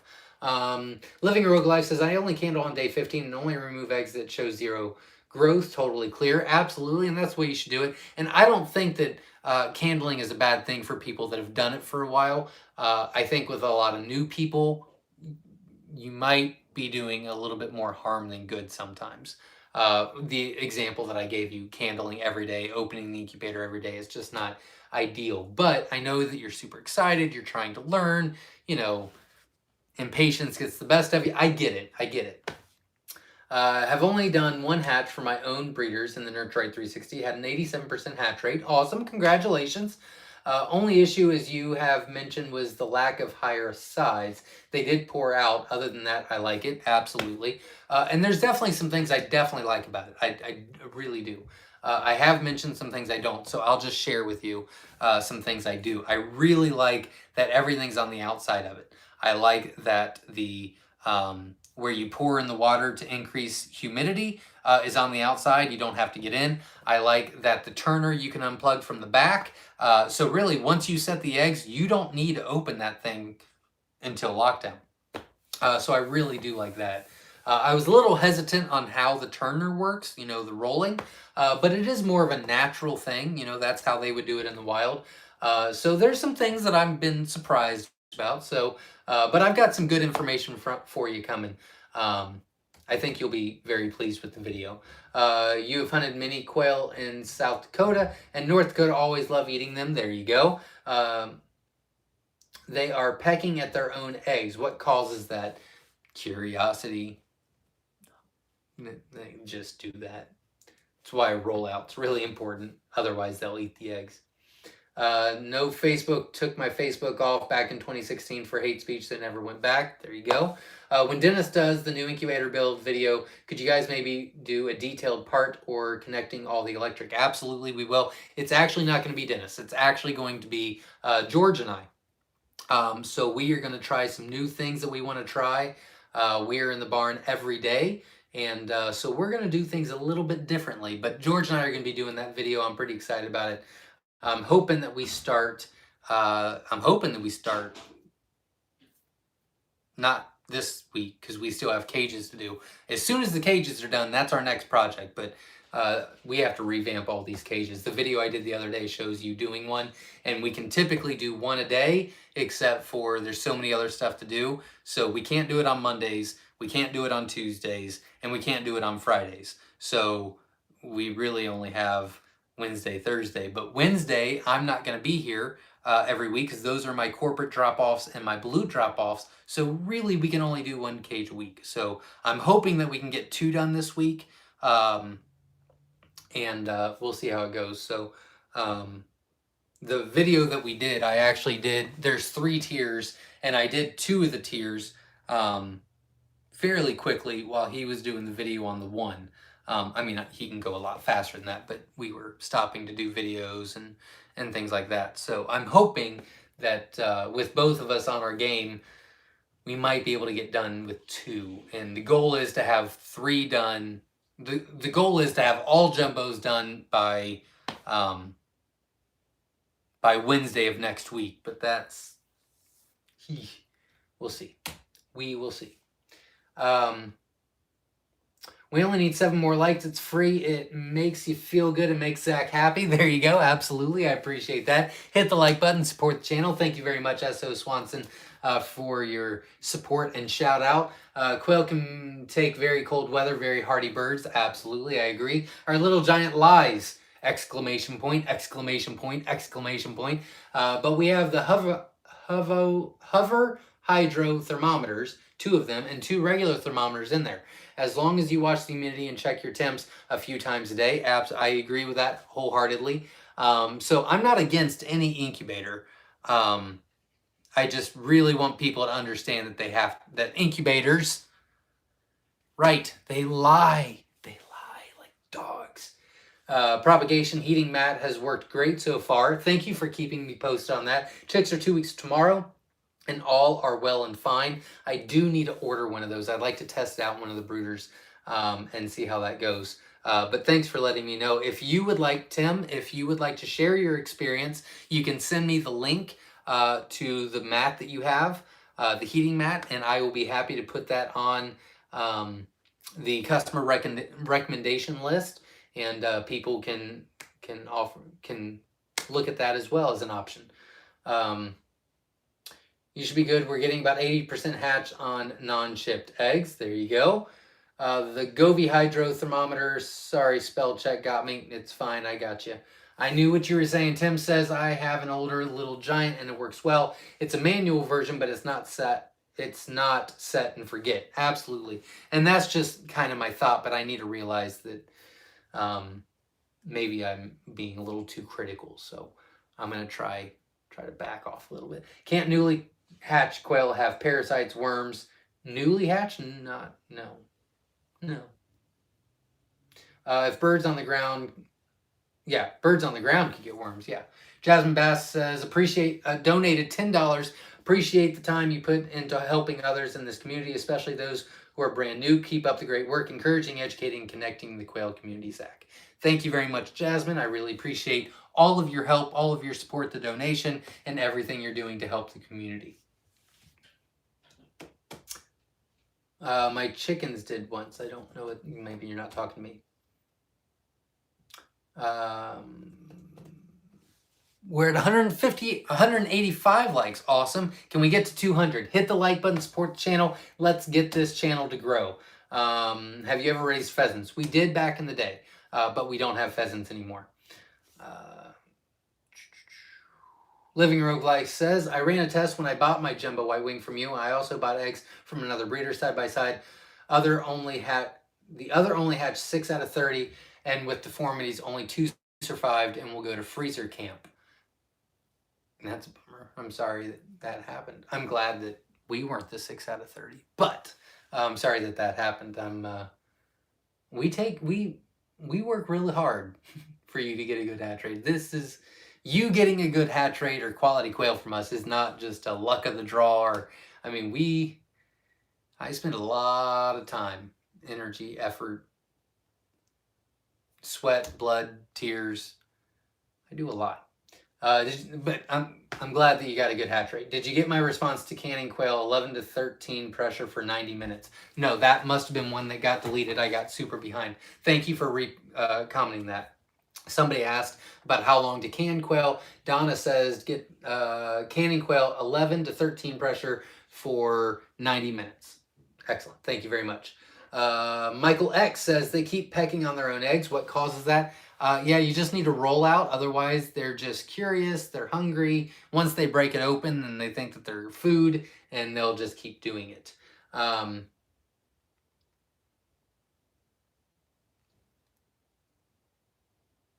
Answer to questions. We have the same brooder setup as you. Game bird starter 50 chicks per 50 chicks per 12 square feet. At hatch, then we expand brooder space as they grow. Eggs are from several sources. Okay.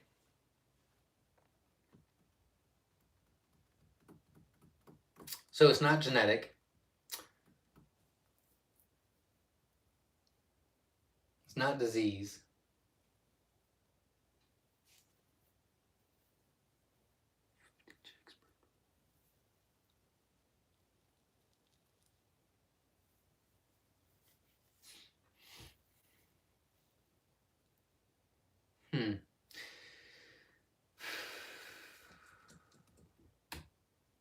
Where are they dying out at? I mean, are they dying all over the place in the brooder? Do you still have heat on them?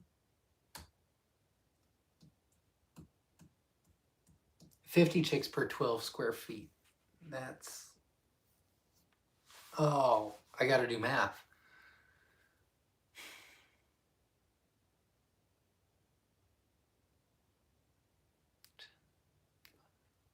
Okay. They shouldn't be overcrowded.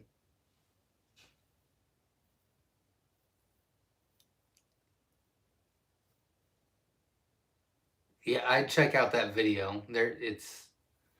I'm pretty confident that it's an environmental issue. I'm pretty certain. I can't really tell you without seeing it though. Sorry. I'd check out that video. That might help. Today's my birthday. I just got done eating smoked prime rib. I need a nap. There you go. Well, happy birthday and best of luck to you. A good starter incubator is Right Farm products sold by Coops and More. I have 4 that I used for several years till I bought a GQF 2 years ago. I still used them as hatchers till I bought a hatching. There you go. Excellent to know. Thank you very much for sharing. I got mini hygrometers, but I use them on my shine. I don't know what that means. Time cabinet at QuailCon. What? Oh, till I bought a hatching time cabinet at QuailCon. Okay, gotcha. Must be protein. I've been giving them calcium. This happened when I changed their feed. I'm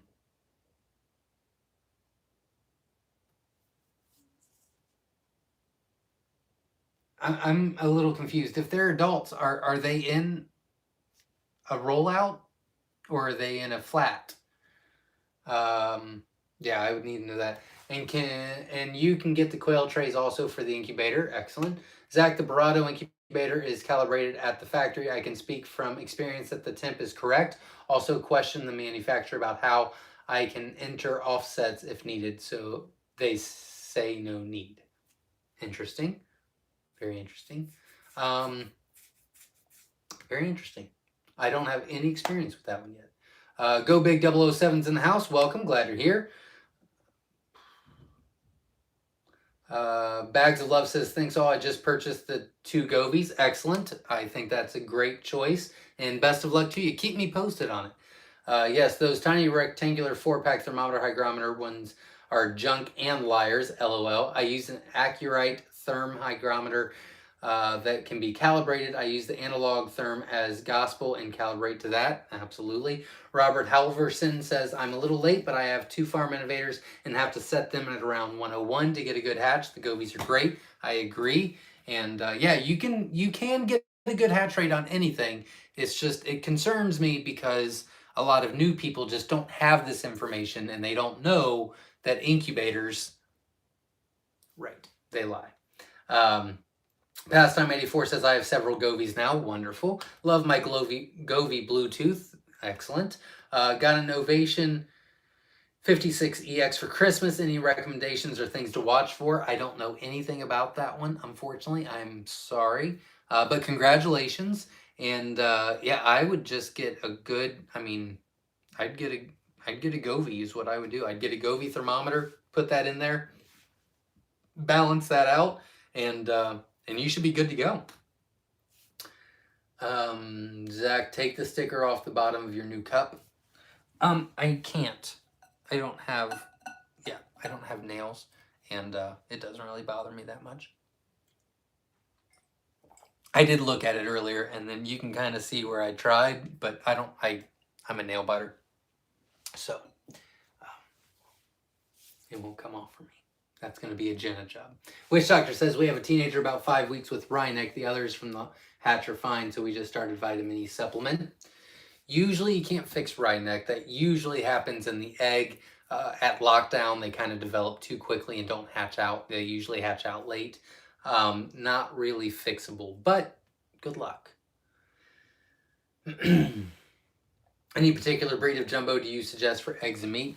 I like them all. The Jumbo Wilds are obviously the biggest and largest. The Jumbo Egyptians I really like. They're big and feather sexable. The Jumbo White Wings are big and feather sexable. The Jumbo Whites are the second largest in meat and eggs, but they're not feather sexable. But they do, when you butcher them, they do look cleaner because there's no dark feathers. But you can't, I don't think you can go wrong with any of them. It's a good question. I think instead of rant every time I'm sorry, you should give away eggs. You have nothing to be sorry about. We can do that. We'll do both. We'll do rants and I'm sorry next week. And every time I say it, we'll do a giveaway. And every time I start it, whenever I start it, that comment will get it. We'll have some fun next week, and I'm terrified on how many eggs I'm going to be shipping out. Jay says, Rhineck is sometimes due to vitamin B deficiency. Try adding nutritional yeast to the feed. Okay. I'm going to make some quail jerky too. Awesome. That sounds delicious. Brig Mason says, the Jumbo Egyptians I ordered from you are on day 15 in the incubator, ready for them to hatch. Still waiting on the Jumbo Browns. Awesome. Best of luck to you. And let me know how it goes. Best of luck. Jasmine says, we made smoked quail for Christmas. I made a marinade and hubby smoked them. So dang delicious. That does sound delicious. And I did not have a good dinner. La Rochelle Farm says, I was going to get a Brencia, but decided on the Brado instead. There you go. Just realized he's way behind. We'll quit asking questions. I'm getting caught up. I'll start moving faster. The jumbos I ordered from Myshire have been in the mail over 10 days. Is it worth trying to hatch any of them now? You would need to contact me. I don't know if that's true. Sometimes I print the label a couple days in advance because I estimate what I'll be getting out in the next day or two, and sometimes I'm like 4 days out and I don't know. Math is hard. So they might not have shipped when they said they would ship. So I would contact me and we'll take a look at it. We'll take a look at it. We'll make sure you're taken care of, but I wouldn't worry about it too much. Happy Hillbilly says, I bought the Farm Innovator Incubator as the first one. I've been testing it while getting things ready for the first egg. So far, temp right on. Humidity about 5% different than the Govee. Excellent. I'm glad you're checking that out.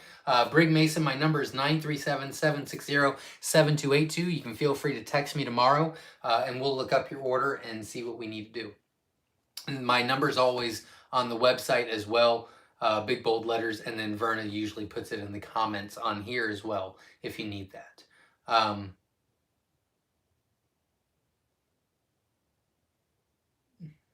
Ordered 25 Egyptians and received them beginning of the month. Hatched out 21, received 30, had 5 no hatch and 4 not fertile. That is wonderful numbers. Congratulations. Oh no. Verna? Hi. Can you write that down? 21 out of 25 Egyptians.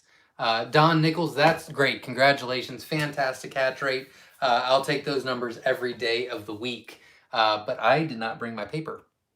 I'm so sorry. Verna, again, it's 21 out of 25 Egyptians. I'm so sorry.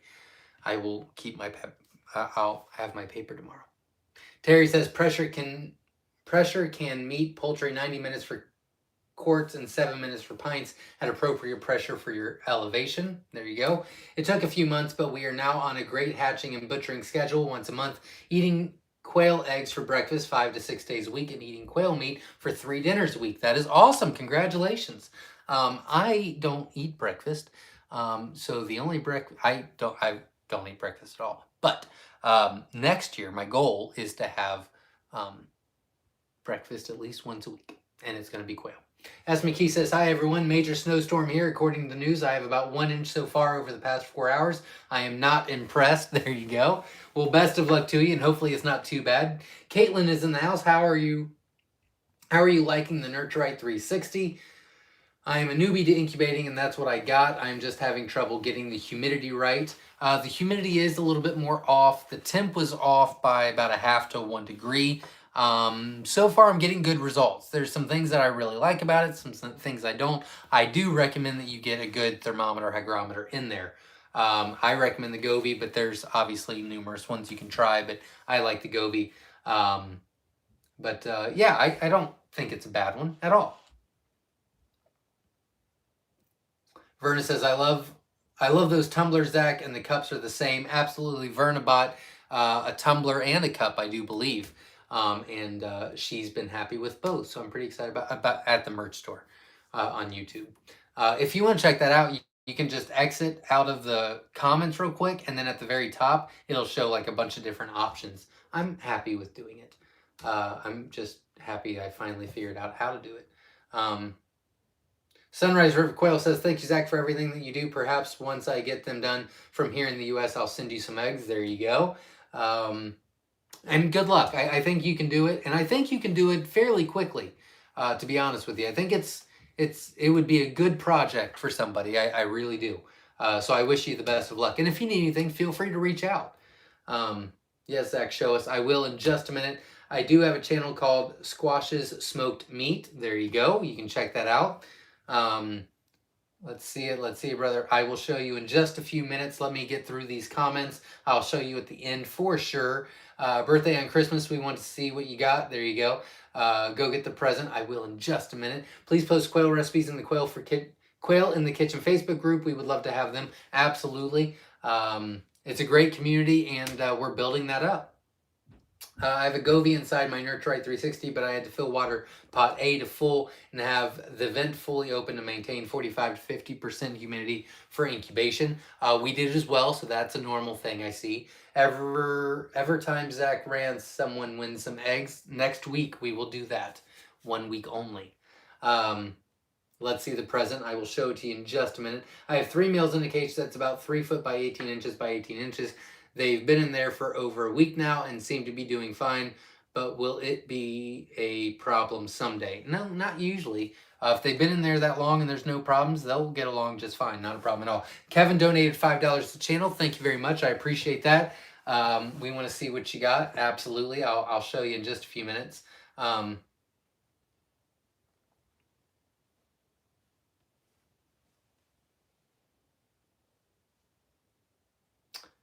Bernie Young, it says in Miamisburg, Ohio, Jenna just emailed and said the post office lost it.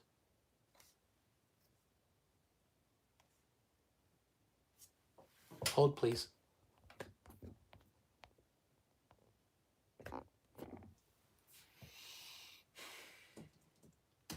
Hey, Brig Mason, did you order jumbos?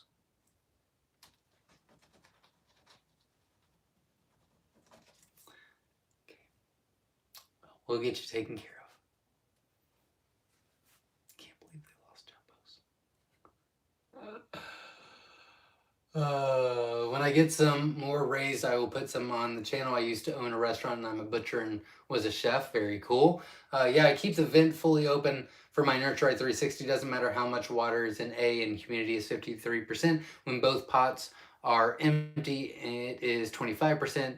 It is not humid in my house. I understand that. We actually had it closed until lockdown, and we maintained about a 45% humidity. But we had the thing closed during lockdown. When you were sending out eggs next, excitedly waiting, when are you sending out eggs next? Tomorrow. We're sending out eggs all week this week. If you have an order in, you can feel free to text me tomorrow, 937-760-7282. There's a comment right below yours, Campbell Crew, with my phone number if you want to write that down. Plus, it's on our website. But you can text me tomorrow with the name that's on the order, and I'll be happy to take a look at it and let you know what day they're shipping.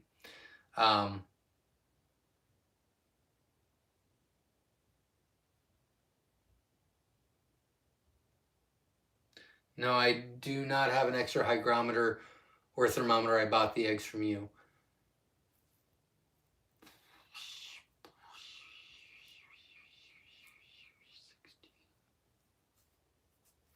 Okay, Becca, this is what I'd like you to do. I'd like you to increase the temperature by 0.5 degree.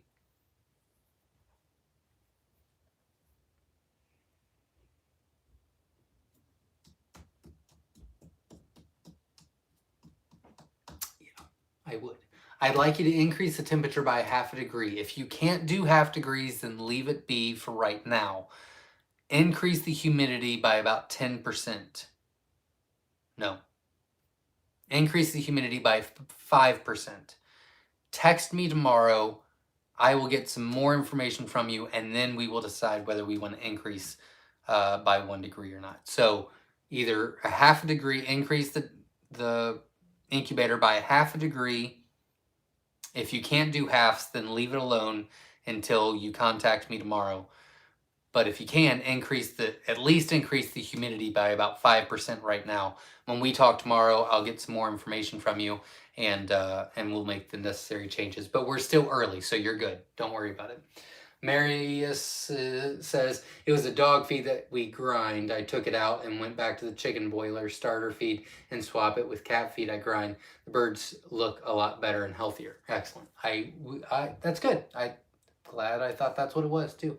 Rich Brown says, just sold a couple bags to a falconry friend. Awesome. Congratulations. That's always a nice feel. I use hatching bags to keep the chicken batches separate. I've never used them for quail. However, the bags that I have are like orange fruit bags, not clothing bags. Interesting. I've never done that. I don't know if it's not a bad idea. Pretty cool. Pine Hills Homesteads in the house. Nurtrite 360s work fine with no extra trays. We run 7. There you go. Thanks for letting us know, and best of luck to you. Beck says, I did candle them at lockdown and saw 3 of the 30 were not fertile. Okay. All right, so So you have 27 fertile. Okay. That's good. That's wonderful. You're killing it. Increase the humidity by 5%, Becca. And then contact me tomorrow and we'll kind of go through it. But if you've got 27 fertile eggs at lockdown, we'll get 25 to 27 to hatch. So just contact me tomorrow. Gary Miller says, hello, Zach, Verna, Ed got bait. And to all the Quail family and friends from North Carolina, just listening in, soaking up information. Thanks for all you do. Well, thanks for showing up and being part of this. We appreciate you, and I'm glad you're part of the community. The quail that was given to me was always with chickens, but these will not be. There you go. How long did it take you to get your cages from Wynola Ranch? Well, I don't think 3 days. Right now, Wynola, I do believe he said he's about 2 to 2.5 weeks behind. I think is what he said. And obviously, the holidays will even back that up a little bit more. But they're definitely worth it. Good quality, you got to just wait on. I mean, I know Dale's Quails is very good quality, and I think I heard 2 weeks behind, maybe a little bit longer. We're 2 to 3 weeks behind on jumbos and Wynola Ranches. So, I mean, obviously that means something, right? So that's a good problem to have. Swap the dog food with cat food. dog food made them constipated. That's what I was thinking. I thought that was way too much. So I'm glad you figured it out. That's great. I'm glad that it's good now. Our New Year's resolution is to get the Myshire Jumbo Wynola Ranch cage. I'm going to ask them to make me a stackable set. Very cool. Best of luck to you. And I'm sure they will accommodate. Michelle says I have 3-inch strips of heavy paper I plan to tape around the Nursery 360 when I put them in lockdown, so they are less likely to fall out when I move them to my brooder. Good idea. When are you sending out eggs next? We ordered jumbos a week ago. If you ordered jumbos a week ago, you're probably going to get them about another week to 2 weeks. Jumbos are about 2 to 3 weeks out. But again, you're more than welcome to text me and I can give you a better idea. But if you ordered jumbos a week ago, well, if you ordered Egyptians or whites, then they might go. I don't know. If you ordered jumbo wilds, then we're 2 to 3. Well, you ordered a week ago, so about 2 weeks. If you ordered any other jumbos, you'll know. Maybe, most likely this week. I'm almost caught up on those. I'm hoping to get caught up by Wednesday, and then I can take a couple of days and put them in for me. That would be awesome. I'm watching Cowboys game to keep you updated. Excellent. What is the score? Flew the coops. How hard, costly is it starting a business out of raising quail? I guess it depends on how you do it.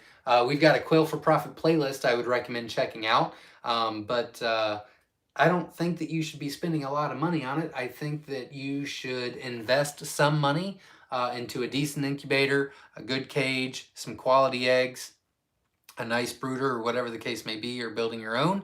And then going forward, you just sell what you got. And then I did not turn off the donation button, no. And then just have the quail pay for themselves, and slow and steady will win the race with this, is my thought. But we've got quite a bit of videos on the playlist called Quail for Profit on our YouTube channel you can check out. Michael Burton says, has anyone ever worked on building a smaller quail bloodline? I have a small scarlet and it's my favorite. No, I've not tried to get... There was like a big craze beginning of this year, end of last year, about bantam quail, and I was actually asked if I wanted to be a part of it, and I said no, because if you want bantam quail, then just get button quail. It doesn't make sense, and that just doesn't fit into our, we do a lot of this to help educate, encourage, and enthuse others to become more self-sufficient, and that's for meat and egg production. So I don't really want smaller. I want larger, healthy. I want a good size, but healthy and happy, which is why we don't get them too big either. But it's a good question. That's a good question. I would definitely look into buttons if you're liking that size, though, because they have a lot of cool colors, too. Zach, so far I'm leaning on getting the Little Giant for 2 reasons. Number one, made in USA. Number two, I can do 120 quail eggs at a time. That does make sense, and I do like that factor. I do like that idea. I don't know. When we were doing the lockdown video for the Nurturite 360, I was looking at the Hovabator and the Little Giant that came in. And, George uses them, and, we were going back and forth on what I like and what I don't like. And he's like, look, I don't know if the Little Giant's like a good one to use for like new people that just don't know. They said, but if you have thermometers and you know that you can't trust it, it works great and it holds a lot of eggs. And I'm like, that's a good point. So he's actually convincing me that it might be good. I don't know. But that makes sense. Just don't believe it, because incubators, right, they lie.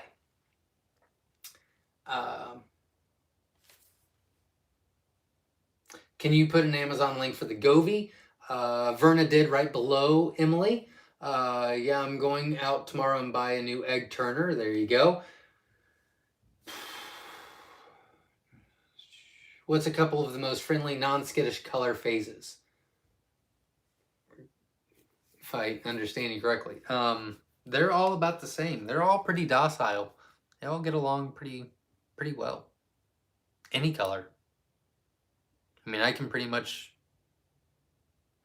All of them are about the same. There's really no difference between them all. But they're all raised the same, and they all have the same standards as far as what we use for breeding, things like that.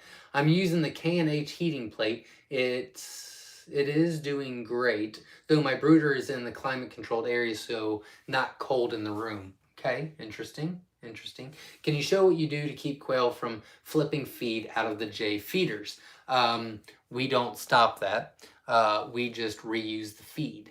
Which we will be doing a video on how we reuse it. I'm not a big believer that there's such a thing as a non-waste feeder for quail, because that's just not a thing. Now, there's some feeders that are less waste, but there is no such thing as a no waste feeder for quail. But we don't have any waste because we reuse the feed. And so we'll show you how we do that, because I think everybody could makeshift their own way of doing it. So we'll show you that. That's a video that we're planning on doing as soon as we get the time. Whiskey Tango Farms in the house says, hey, sorry I'm late. Hope everyone had a very Merry Christmas. Absolutely, you as well. We're listening from East Tennessee. Brenda Thomas is in the house. We're hoping to get started in the spring. We're so excited. That is awesome. Congratulations. I'm so happy that you're starting your journey with quail and becoming part of the community. So welcome, and we're glad you're here. And best of luck to you. If you need anything, feel free to reach out.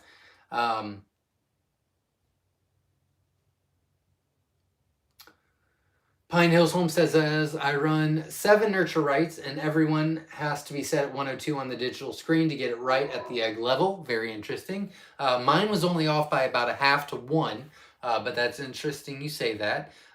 So again, that goes back to incubators, right? You guys finish it from now on. I'm not going to say anymore. Jasmine says, Ricky, not talking to me. We just got a donation from Ed, $10. Wahoo, take it off ya. The sticker on the bottom of the cup, LOL. Thanks, Zach. Take the sticker on. I can't. I don't have nails. Oh, wait. Maybe I did get it. I don't. I don't. I can't do it. Can't do it.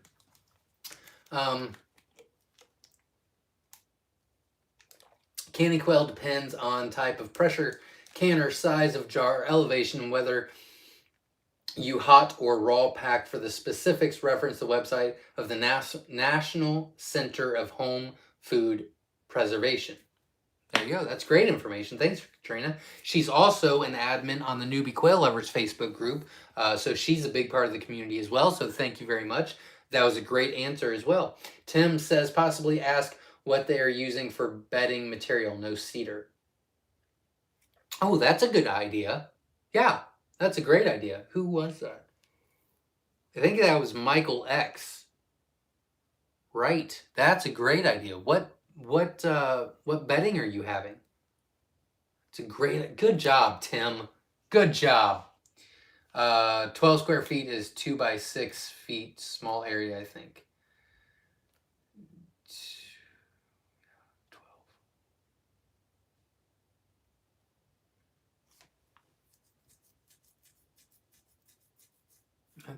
That's still, it's not the small area though. I mean, if they're 3 weeks old, they need to be moved, but I can't imagine. Yeah, but he was saying that they were dying every day. I don't think it was the square feet. I do like the idea of the bedding though. That was a good idea. Living a Rogue Life says, I ordered eggs from you 3 times with an average of an 80% hatch rate. Just had to see if I could get the same somewhere else. I'll never question your product again. Thank you very much. I appreciate that. And best of luck to you. And I understand you had to go somewhere else. It's fine. If you need to make those mistakes, then you have to make those mistakes. You have to learn on your own. I get it. Just joking. Whiskey Tango Farm says, brooder death answer to the person with weird deaths. What are you using to clean brooders? Like what kind of chemical? Could be something with that. Cat, dog, pet, scaring them and giving them heart attacks. That's a possibility too. Tim had a great idea. I'm liking Tim's thought. I'm liking that. I don't see Michael responding. Hopefully he's still on. Due to shortages, I had to go to 2 different feed stores to buy crumbles. One had 1 bag of the usual and the other had large crumbles. that are hard for the quail to eat. Any suggestions? We used to actually feed them pellets, so they do fine on pellets too. So even a large crumple is not a big deal. But yeah, we used to feed them pellets, and it wasn't a big deal at all. Our Roomba killed a bunch of our silky chicks this summer with heart attacks too. Uh-huh. See, we're not that fancy. We don't have that stuff here. Tim says, and if the people losing chicks have them near a cooking area, some cooking utensils put off a fume that is deadly to most birds. Never heard that before. Very interesting. Very interesting. It's a good thought. Talking about humidity just reminded about a joke. Can't say it's bad. Okay. It took forever to figure out why they were randomly dying. Oh, I bet so. That's the hardest part, is trying to figure it out. John says, here's a good question. When feeding my quail fodder, what seed is best used? Right now I use a wheat barley sweet pea fodder mix for my rabbits, and they love it. That sounds great.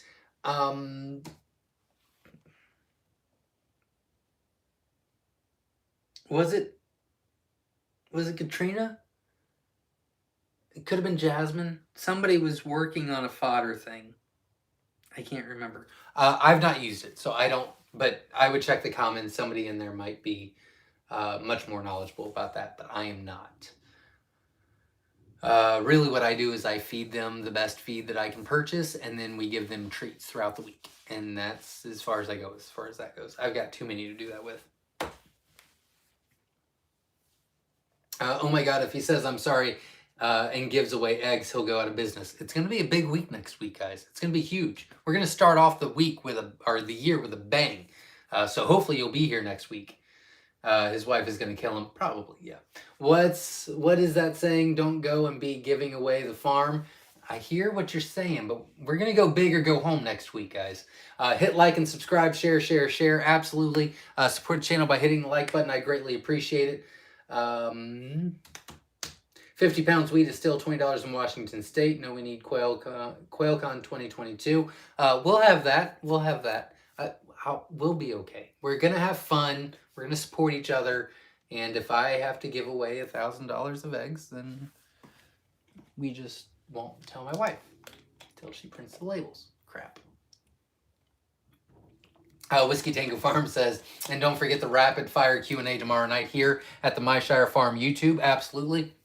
If you don't have time to hang out with us, we completely understand, but Mondays, 8 p.m. Eastern Standard Time, it is a rapid fire Q&A to try to help you out. It's been going extremely well. We've been doing it for a couple weeks, and hopefully that'll help. Carrie says, for beginners, how far am I behind? I'm getting caught up. Carrie says, for beginners to candling, when going into lockdown, candle your eggs and mark the ones that you think are not viable, then put all the eggs in. At the end of the hatch, you'll know if you were right or not. That is a great idea. Carrie, would you mind if I steal that for a video? Because that would be a fantastic, good practice to give them. That's a great idea, Carrie. Good job. Can I steal it? Can I take that? Because I could make a good video out of that. Miss Carmen says, I have 12 new quail, about 10 weeks old. I don't know the history of these. Have 2 eggs with 1 normal, and the other was brown and dull looking. Are they lacking something? I've got 12 quail, about 10 weeks old. I would give it a couple more weeks. They'll change the patterns of the eggs a couple different times, especially with change in feed, change in move, this, that, and the other. I wouldn't stress about it right away. I'd give it at least 2 weeks to see if it's the same thing over and over and over. But I think it'll be fine. Sorry. I have a variety of the styrofoam incubators, Hava, Genesis, FI.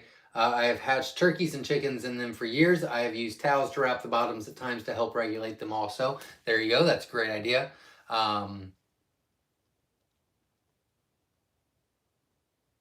That's how I gained confidence in understanding the candling process. I thought that's a great idea. You guys are coming up with some really good ideas tonight.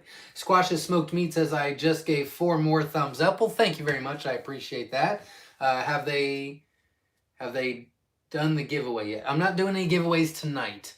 We're actually doing some giveaways next week to start the year off with a bang. Need 1 more to hit 200. Oh, we got 211 likes. Thank you very much, everybody. You guys are awesome. Thanks for all your support. S. McKee says, "Witch Doctor, this isn't the problem one, but oh, not talking to me."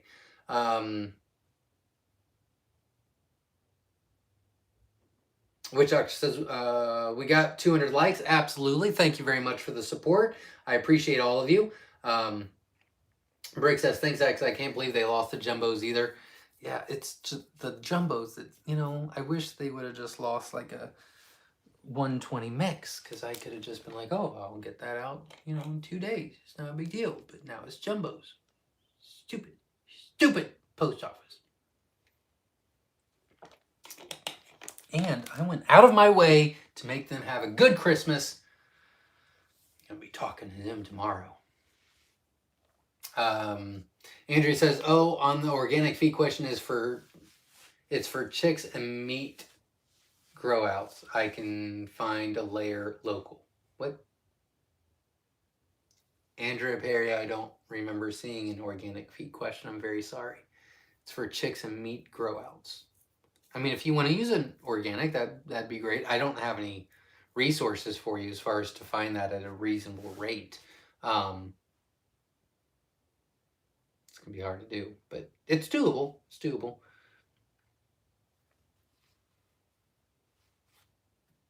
It is a different brand than the first one I got from the first.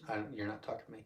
I just saw a Craigslist post from a local quail egg processor looking to buy eggs. My timing might just be decent for a change. There you go. That'd be wonderful. It works out. As McGee says, Aslan Finch from the country store in Washington must not be talking to me. Dan says producers is 18.95 for 30% game bird crumbled and 15 for layer crumble. There you go. Not bad prices at all. 27 out of 30 is around 90%. We'll take those numbers. I think we can do it. Oh, for the fertility? Yeah, I like those numbers. For shipped eggs during winter? Yeah. I like it. I like it a lot.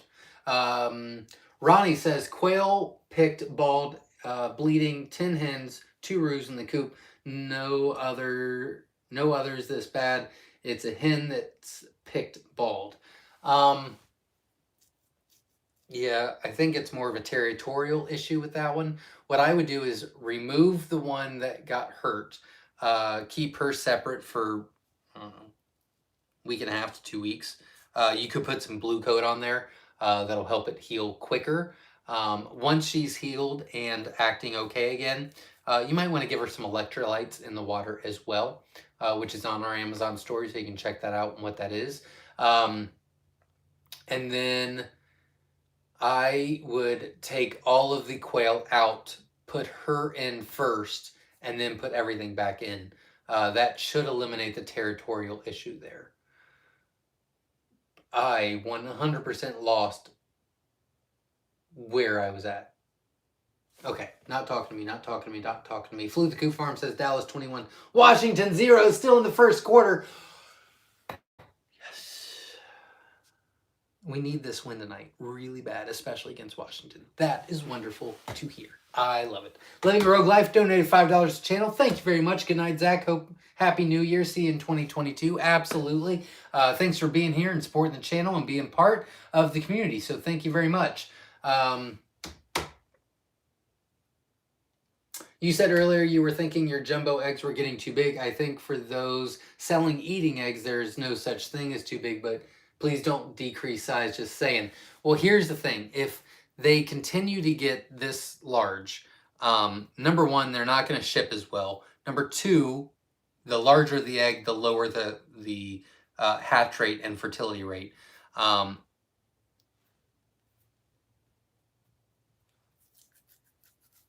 We're going to try for a while to keep where we're at the same. I'm not going to try to increase or decrease, but if I do see numbers starting to drop, then we are actually going to take a step back because we went a little bit further than what my goal was this year. My big goal for the quail barn for 2021 was to increase size on all eggs, every single egg in the room. And we did increase sexlings to jumbo size. We did increase Egyptians to jumbo size. And we did create the jumbo white wings. So I'm very excited about that. I thought we were doing extremely well. I just did a final results on all egg production from every cage, and our average egg layer, our average egg in the barn is over 11 grams. Every color, 11 grams plus. A lot of them are 12, 13 grams in the color size, not even in the jumbo size. So I'm very, very excited about that. But in that process, we kind of increased the jumbo wilds a little bit larger than what I was wanting. They're still okay, but they're fitting a little snug in the foamers. They're still going to get a good hatch rate, but we can't increase anymore. Otherwise, we're going to run into issues as far as shipping goes, and that's what the problem is. And maybe we'll do both. That could be an issue as well. It's just something that we are starting to think about. Carrie says, Zach, I'm interested in long-term usage of the incubators. All of my inexpensive ones, Amazon Little Giant, have started to crap out after a year. Temp is fluctuating in cold hot spots. I agree with that completely. I understand what you're saying with that. I really like the GQF a lot. Michael Burton says, I'm new and have had success with the Little Giant. I recently hatched out 9 of the 12 eggs. Awesome. I love to hear that. Congratulations. Ed Got Bait donated $10 to the channel. Thank you very much. I really appreciate the support. And as you know, things are going right back into the channel. It's usually stuff that you recommend. So thank you. Woohoo, take it off you. The sticker on the bottom of the cup, LOL. Thanks, Zach. I can't.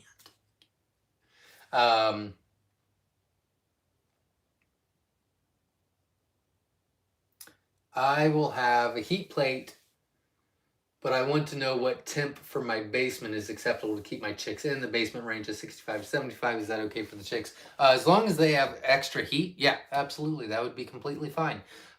Cedar can be poisonous for some things. Yeah, cedar's not good for quail, for sure. So that really was a great point. Great point. Tim Anders is in the house. I have had really good success out of the GQF 1502, and they last forever. 100% agree. It's actually on our Amazon store that we recommend. We've used one for about a year now, and I love it. That's some of the things that we're actually changing in Gigantor 3.0. We're going to steal some ideas that GQF is doing. Because, man, they got it. They got it to a T. Katrina says, regarding pressure canning quail, use the same instructions as for chicken and rabbit. There you go. Do you all recommend the lamp or heat table, which is less costly to run if you've tested both? I've not tested both. We will try the heat plate, but I personally like the lamps. If you don't want to do a lamp, then I like the ceramic bulbs more. They're not as a fire hazard. But we use the lamps. Only reason I said that, rabbits will eat their turds and other animals will too. That's some nutrition in them. I wouldn't give it to the quail, no. Andrea says, Brooder issue, check the water pH. I lost hundreds one summer not knowing the local water was acidic, but passed the water testing when we bought the place. Very interesting. Very interesting. It was Jasmine. Okay, it was Jasmine that was doing a fodder research. I got a bunch of new canning stuff for Christmas. I'm so excited to can all the things. Very cool. Congratulations. I have fed a variety of leaves and veggies from my yard, but not seeds except for those already in the veggies and pumpkin guts. There you go. Grafted Homestead did fodder. Okay, that's good to know. Meekor Acres Rick says, Teflon coating off gassing is what is poisonous to birds. I stopped using it because of the horror stories I've heard in parrot groups. Teflon coating, very interesting. I did not know this. Thank you for letting me know. Absolutely fine. Then I'm stealing it. Thank you very much. That is a great idea. Crap. What was the idea? Oh, the candling idea. Verna, you're gonna need it. You're gonna need to tell me that again. I'm gonna forget it. Just put best practice for new to candling. Or just candling best practice. I'll know what you mean. I just don't want to forget it. That's a great idea. I think that'll help a lot of people. And I will try to get the word out. Squash and Smoked Meat says, yeah, I got all my cages over all my box gardens, and yes, they are but chicken and quail, and you have to compost it. There you go. Can you use permanent mark on the eggs? Just heard that canneling for beginners, which my husband and I are. What do I mark the eggs with? Yeah, permanent mark will just be fine. I mean, don't like cover the whole egg, just, you know, a little one or star or something like that. Yeah, we do that all the time. We used to do it all the time. Now we have kind of separate compartments. My broody quail mama is going strong. I found her on the nest on the 21st. Let her keep 13 eggs to incubate. I posted a video on my YouTube channel, Sow and Tear. I also post on the newbie Facebook group. Awesome. Excellent. And that is wonderful to hear. Very interesting. Very cool. Jasmine says, yes, I'm working on a fodder project. It's definitely going to be done differently for the quail than for chickens and rabbits. I'm finding microgreens make a better fodder than wheat, barley, and rye. There you go. And I strongly believe and trust Jasmine in what she does. So I would take that to the bank. I use Sharpie for marking, just a dot or a small mark. It has never affected my hatch rate. Absolutely, I agree 100%.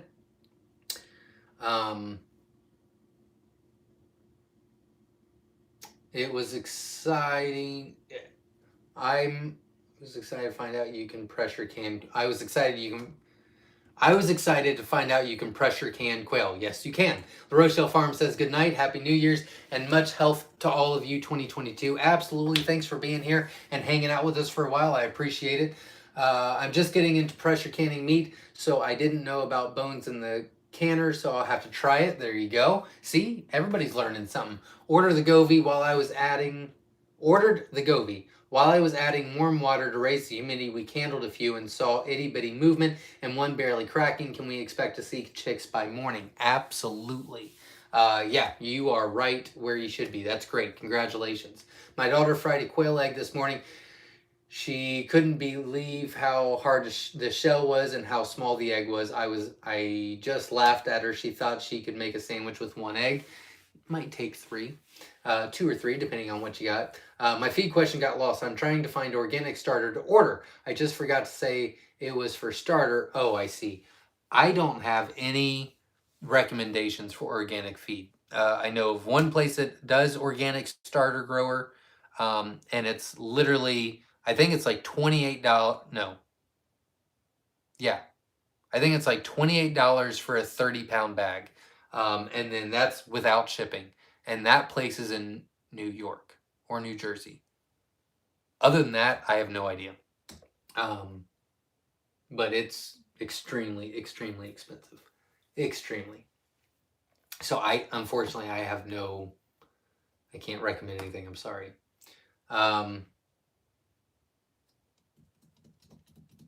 Eagles won. I did see that. Jasmine says, Zach, don't forget to show off your gift from Jenna. I'm almost caught up, and then I will go show you guys. Thank you, Zach, for your generosity of time with us newbies. Not a problem. I'm glad it's working out, and I do want you to still text me tomorrow, Becca, and I want to make sure that we get those 27 that are fertile to hatch out. That would be a fantastic starting spot. I mean, 27 out of 30 your first time. I mean, that'd be awesome. So I really want to help with that. So make sure you reach out to me tomorrow. Christian Campbell says, go Birds. I'm assuming the Eagles. Okay. I mean, I was rooting for the Giants, but that's because I'm a Cowboys fan. So I'm not against the Eagles. I'm just pro Cowboys. I did pickle a jar on Friday. Awesome. Busy Bee Garden says, I currently have 60 jumbo wild quail eggs in the incubator. I'm having issues with eggs not staying pointy and down. Any suggestions to keep them in place? My incubator came with chicken egg holders. Having suggestions keeping... Yeah, if you want to put a little piece of paper towel underneath there, you should be able to put them right in a place where they're not flipping.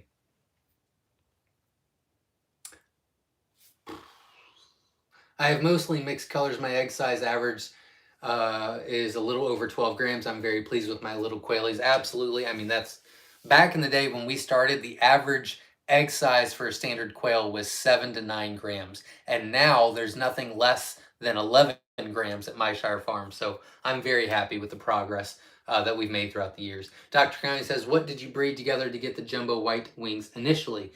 That is a very good question. It is in the video all about the colors with the white wings. Very specific, to be honest with you, but it's a specific gene, the white wing is. It's pied. And you just have to... you have to breed it, but it's Honestly, the white wings are, other than the celadons, the white wings are the hardest thing to breed with, breed for. How we got the color, and the snowies. The celadons and the snowies have been the worst, not worst, the most difficult to do. And then the white wings, they were a struggle for quite some time. And then we had to put the weight on them. That was a struggle. Now they're off to the races. I have a jumbo hen who constantly lays 26, 28 gram eggs. Bad thing is most of the time the egg has fissures in them. Just seeing these eggs hurt me. Yeah, I have a jumbo hen who constantly, yeah, so that's just their egg. Honestly, Nikki, an idea that you might want to do is I would probably, if you could separate that hen and maybe give them a high protein for a couple of weeks, get her a little bit bigger so that it's easier for her to pass those eggs. Because she's going to lay that egg until she can't anymore. Unfortunately, she's going to have a much lower lifespan than most. I apologize. It's a big egg.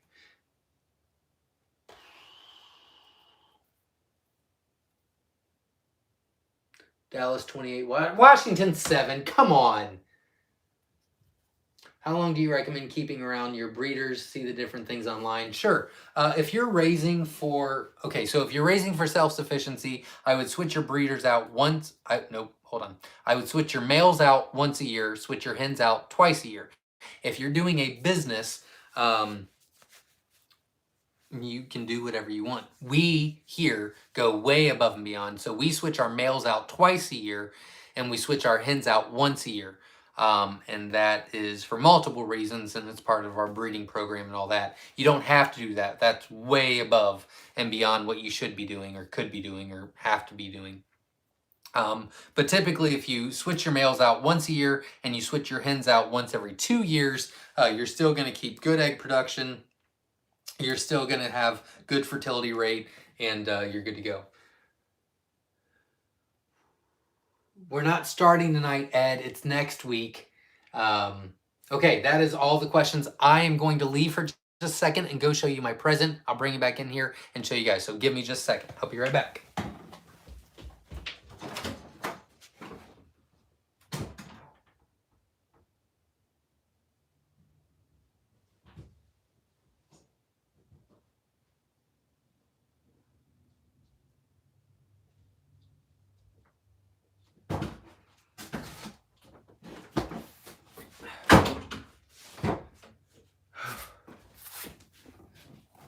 Okay, I'm back.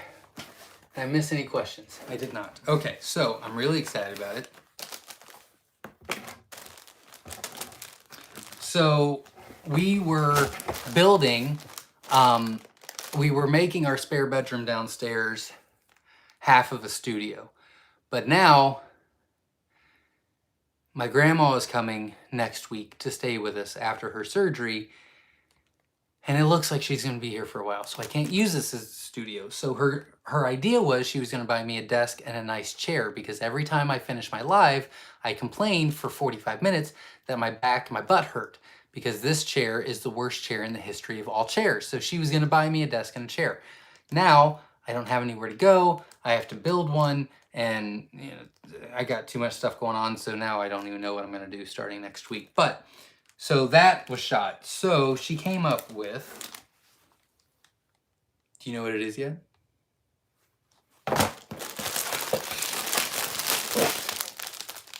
I know! I'm so excited. It's a beekeeping costume. So she got me all this stuff. Oh dear God. Hold please. Broke something. That's why we can't have nice things, guys. And then I thought she was done. And then she... so excited. So I just got a bunch of stuff. I've not opened it yet, but I'm really excited. And so as soon as I can, I'm getting some bees, and we're going to start that journey, and I'll be doing a lot of videos on that. So I'm really excited about that, but I thought that was a fantastic present. I'm terrified on how much she spent, but whatever, it's done now. I would have to buy it anyway. So, and I like the fact that she's on board with this. So, and she actually has plans for the honey already. So, I think this was partially selfish as well, but I will take it. But I'm really excited about it. And I said, I'm just going to wear these all the time anyway. And she's like, no, you're not. I said, okay. But yeah. So I'm like halfway to becoming a beekeeper without the bees or the hives. Other than that, I'm ready to go. So I'm pretty excited about it. So that was my Christmas present for the year. So I was pretty excited. Let's see, did I miss anything before we get off here? Well, this was the earliest he has gotten caught up. Way to go, Zach. 9:30. Okay, all right, all right. Any guesses? Yeah, tonight was great. Patio Nelson's in the house. Aloha, welcome. Glad to hear. Does I apologize count as I'm sorry? Yes, it will. It will count for next week. I see beekeeping equipment. I know. Bee suit. Yes. Question, I got my first egg from the Egyptians you sent me. They're 6 weeks old tomorrow. When can I start incubating them? About a week. I'd give them about a week before you start incubating them. Good question, Kelly. And congratulations. That's a great start. Campbell, beekeeping. Yes, close, but he has to say sorry. No, I'm going to say both. Both are acceptable for next week. Costume. I didn't mean costume. I meant suit. I don't know the lingo. I'm just excited. Bees. Oh, and shit. And we are. I want bees. I want bees too. I'm just not allowed to have them yet. But I'm starting. We're starting. Are the bees still wrapped up? Maybe open those outside. Yeah, she didn't get me bees yet. But I'm really excited about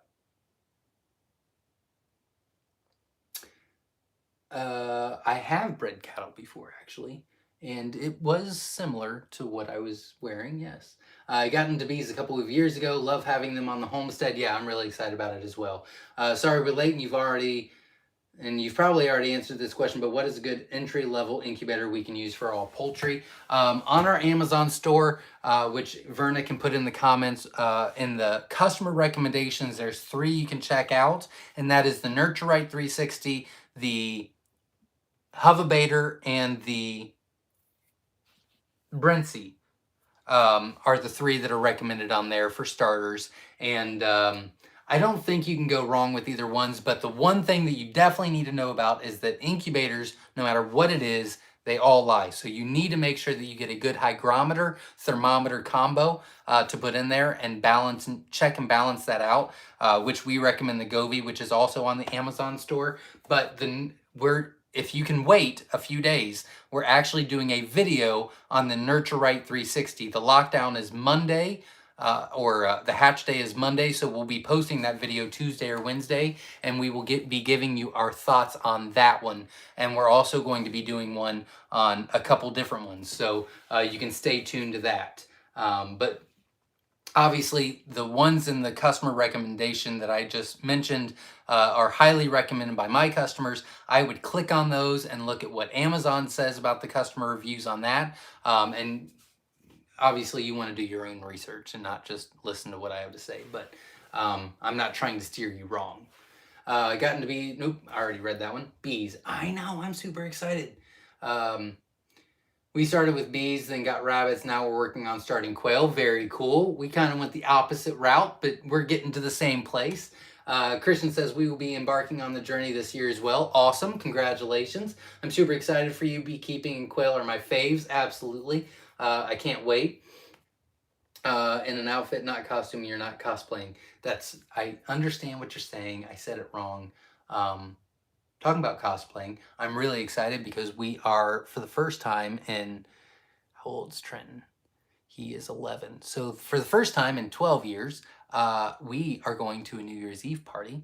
And granted, it's literally walking distance, but it is 1920s theme. So I bought my wife this 1920s gown, and she's got pearls, and she's going to have the gloves and, a hairpiece, and it's going to be really cool. And then I asked her if I could match her, and she said I was allowed. So I got like a top hat, or, you know, 1920s hat, and I got the suspenders and a vest and the little black thingies that go on the white shirt kind of thing. So I cannot wait to actually get dressed up and go to a party, because you know the last time I've went to a party? 12 years ago. So I'm pretty excited about that. Not that anyone cared, but I'm excited, so now you know. Good night, everyone. See you tomorrow on the Q&A. Absolutely. Good luck, Doris. And your eggs go out tomorrow, remember. I got a shirt that said, I keep bees, and now things, what I do. And now things, it's what I do. There you go. Very cool. Yusuf's in the house. Hello, everyone. Happy late Christmas and happy early New Year. I received almost all of my contest packages. I'm super excited. I candled the eggs you sent. All were alive except one, which is great. Awesome. I love to hear that. Congratulations. So you are going to have 29 out of 30 to hatch. So that is wonderful. Congratulations. Best of luck to you. Yusuf was our December 18 and under contest winner. And as soon as you can, Yusuf, send me that information, some pictures, and some videos of the setups and things like that. We'll put that in a video and share with everybody the success of the 18 and under contest that so many people were being a part of. So good luck and congratulations. Did you not get stung like lots before QuailCon? Those were not bees. Those were devil wasps. And yeah, I did get stung a lot. Like, I don't remember how many, but a lot. Like, had to be at least 15 times I got stung. It was awful. But wasps are evil. And they serve no purpose. And they don't make honey. And they're ugly. They're territorial.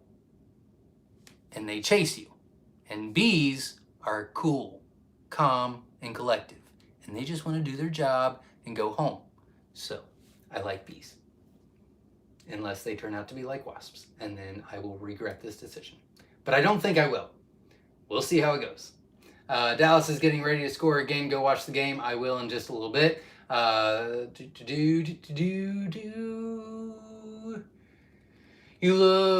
Your looked fire department dispatch will call you if they get a call of a swarm this spring. Absolutely. There you go. Set our swarm traps to get free bees in your area. Set out swarm traps to get free bees in your area. Better genetics, better acclimated to your area. I caught 4 swarms on the back deck this summer, just setting an empty box with a drop of Swarm Commander. Very interesting. Very interesting.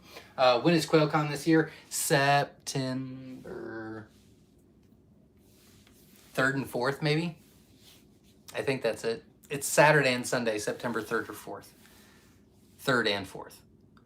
I'm pretty sure those are the dates. I could be a little wrong. It's the beginning of September.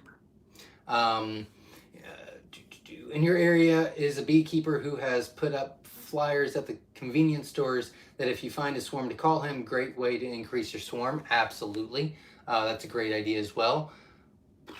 That's how I got my first 3 hives. I threw together a 5-frame swarm trap and put a bit of lemongrass oil and used a frame in it. Got tenants in the first week. Very cool. I'm so excited. I can't wait. I really can't wait.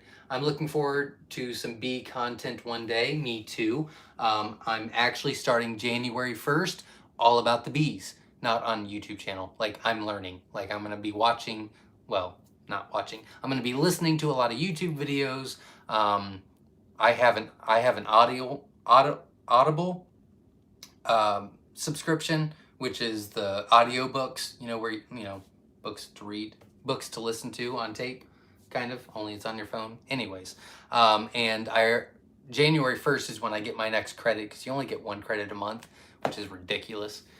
Anyways, and I'm not buying more credits, because I'm cheap. Anyways, January 1st is when I get my next credit, and I already have a bee book picked out that I'm very excited about. And so January, I'm learning everything I can about bees. And I can't start till then because I'm still finishing up my last project about learning stuff. So pretty excited about it. Dallas 35, Washington 7. I like those numbers. I like those numbers. Last time I went to the New Year's Eve party was at our church, and I totaled my pickup with 5 gallons of hot chili. There you go. Zach, thanks. I'm waiting for the chicks to hatch like the other boy I did I forget his name so that I can make a video with the chicks? Absolutely not a problem at all. And take your time, keep me posted. YouTube catching swarms. I will check that out. Be careful, Zach. Wasp will take out hives. I took out the wasps. Well, wasps pollinate flowers and fruits, which is a good thing. No, they don't. They're evil and they serve no purpose, and you can't change my mind. And they hurt. Joy says, I love bees. Greenhorn Farmer says, question, I have read in a few places that quail can be tough and it's best to boil on pressure cook them. Any thoughts? You can. That's not a bad, I mean, that's fine. I don't think they're tough, and you can cook them however you want. If you're on Facebook, I would join the group Quail in the Kitchen. There's a ton of recipes on there that are really, really good. But I mean, I grill them out. I love grilling them out, wrapping them with bacon. We've deep fried them before. I mean, you can do whatever you can do with chicken, you can do with quail, and I think they taste better. Wasps suck. I agree. The pollination is the only good thing wasps do, I think. Hi from the Caribbean. Seasoned greetings. Please give Zach a timeout to spend with his family. Also hit the like button. Hi Verna. Hope all is well with you. Bye all. Thanks Jay Joseph. I appreciate you. And thanks for stopping by. Yeah, I got stung 6 times only this summer and 2 times by the same one. Yeah, they really are jerks, and they should die after they sting you, because that should be a rule. Weems Farmstead says, time for this old man to hit the hay. Have an awesome week, y'all. Absolutely. Good luck on this week, and stay safe. Verna, I just opened in the new tab. Check out Keeping Bees with a Smile if you can. Excellent book. That's the one I picked out. How cool is that? Quail, just marinate them and cook them like chicken. Absolutely. I love wasps. They pollinate my pear trees better than the honeybees. Oh, well, we can agree to disagree. That's okay. Hello, everyone from West Virginia. I just got in on the discussion about bees. I'm thinking about using horizontal hives. Very cool. I don't know anything about them yet. I mean, very, very little. So I had to stay on course, and I didn't. My plan was January 1st for the bees, not getting the bees, but starting to learn about them. And so I had to finish what my goal was. So it's been a struggle, because all I want to do is keep learning about the bees, and I can't, because that is not in my plan. But January 1st, I'm going all out.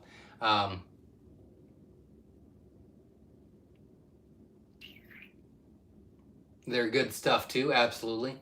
The full title is Keeping Bees with a Smile, Principles and Practices of Natural Beekeeping. Yeah, I think the one said something about, no, there was happy in the word too.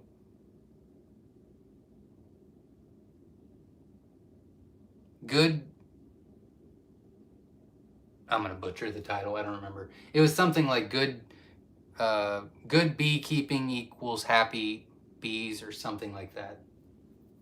I'll have to look. I thought that's, I don't know. Maybe, I don't know. As always, never disappointed. Good chat on the quail. Thank you very much. I appreciate it. Grilled is my favorite way to fix quail. Raw eggs in the coffee instead of milk. Very interesting. Good night, all. Happy New Year, and see y'all next year. Absolutely. Thanks for letting me steal your idea.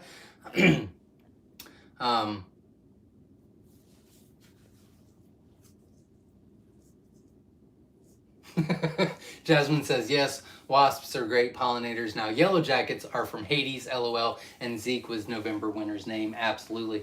Night all, have a great week. God bless. Absolutely. First try will be to cut the backbone out and stuff with stuffing and a pat of butter.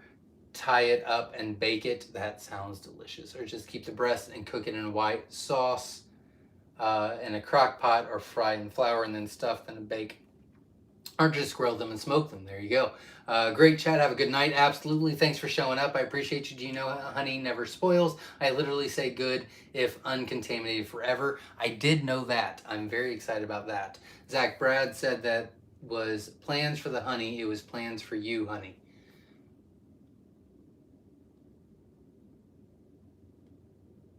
I don't know what that... Oh. Zach, I'm happy to help you with beekeeping as well. Just phone call or text away, just saying LOL. Beekeeping with a Smile is one of my favorites. I have 2 copies. There, that might be the book. I thought maybe there's a subtitle underneath it, because it sounds really familiar, but then I thought it was like Happy Beekeep or Good Beekeeping Practices. I don't remember. I'll have to check it out. But no, you are on my list to call immediately as soon as I'm allowed to start researching it. But I had to finish researching what I was already doing. I can't get off track because then I get frazzled and then nothing good happens. God bless everyone. I have to go do chores and fix the heater in the garage where the quail babies will freeze. Well, thanks for showing up, Yusuf, and congratulations on the great fertility rate. Happy New Year, everyone. Good chat tonight. Absolutely. Thanks for showing up. That is the last question. Guys, you guys were fantastic tonight. I had a great time. I'm glad that we are building this community. Thanks for the 222 likes. Thanks for the $70 in donations. You guys are fantastic. I do have the Nurture Right 360 video coming out this week. I'm really hoping that I can get to the quail math egg production video, but I might have a surprise for you if the person shows up for the interview. So, one way or the other, I'll be posting 2 videos this week, and I think you'll like them. So hit the like button, support the channel, subscribe, and hit the bell for notifications because I got some good stuff coming your way. Remember, if you just want your questions answered and you don't want to spend hours with me, that is okay. I will not be offended. Tomorrow, 8 p.m. Eastern Standard Time, right here on the YouTube channel, we go live for a live Q&A, and we don't communicate, it's just question and answer, so that might help you as well, and stay tuned for the better videos. As always, stay safe, everybody. I hope everybody had a great Christmas, and I hope everybody has a happy New Year if I don't see you tomorrow. Everybody, thank you very much for all your support. I appreciate you. We will see you tomorrow or next week.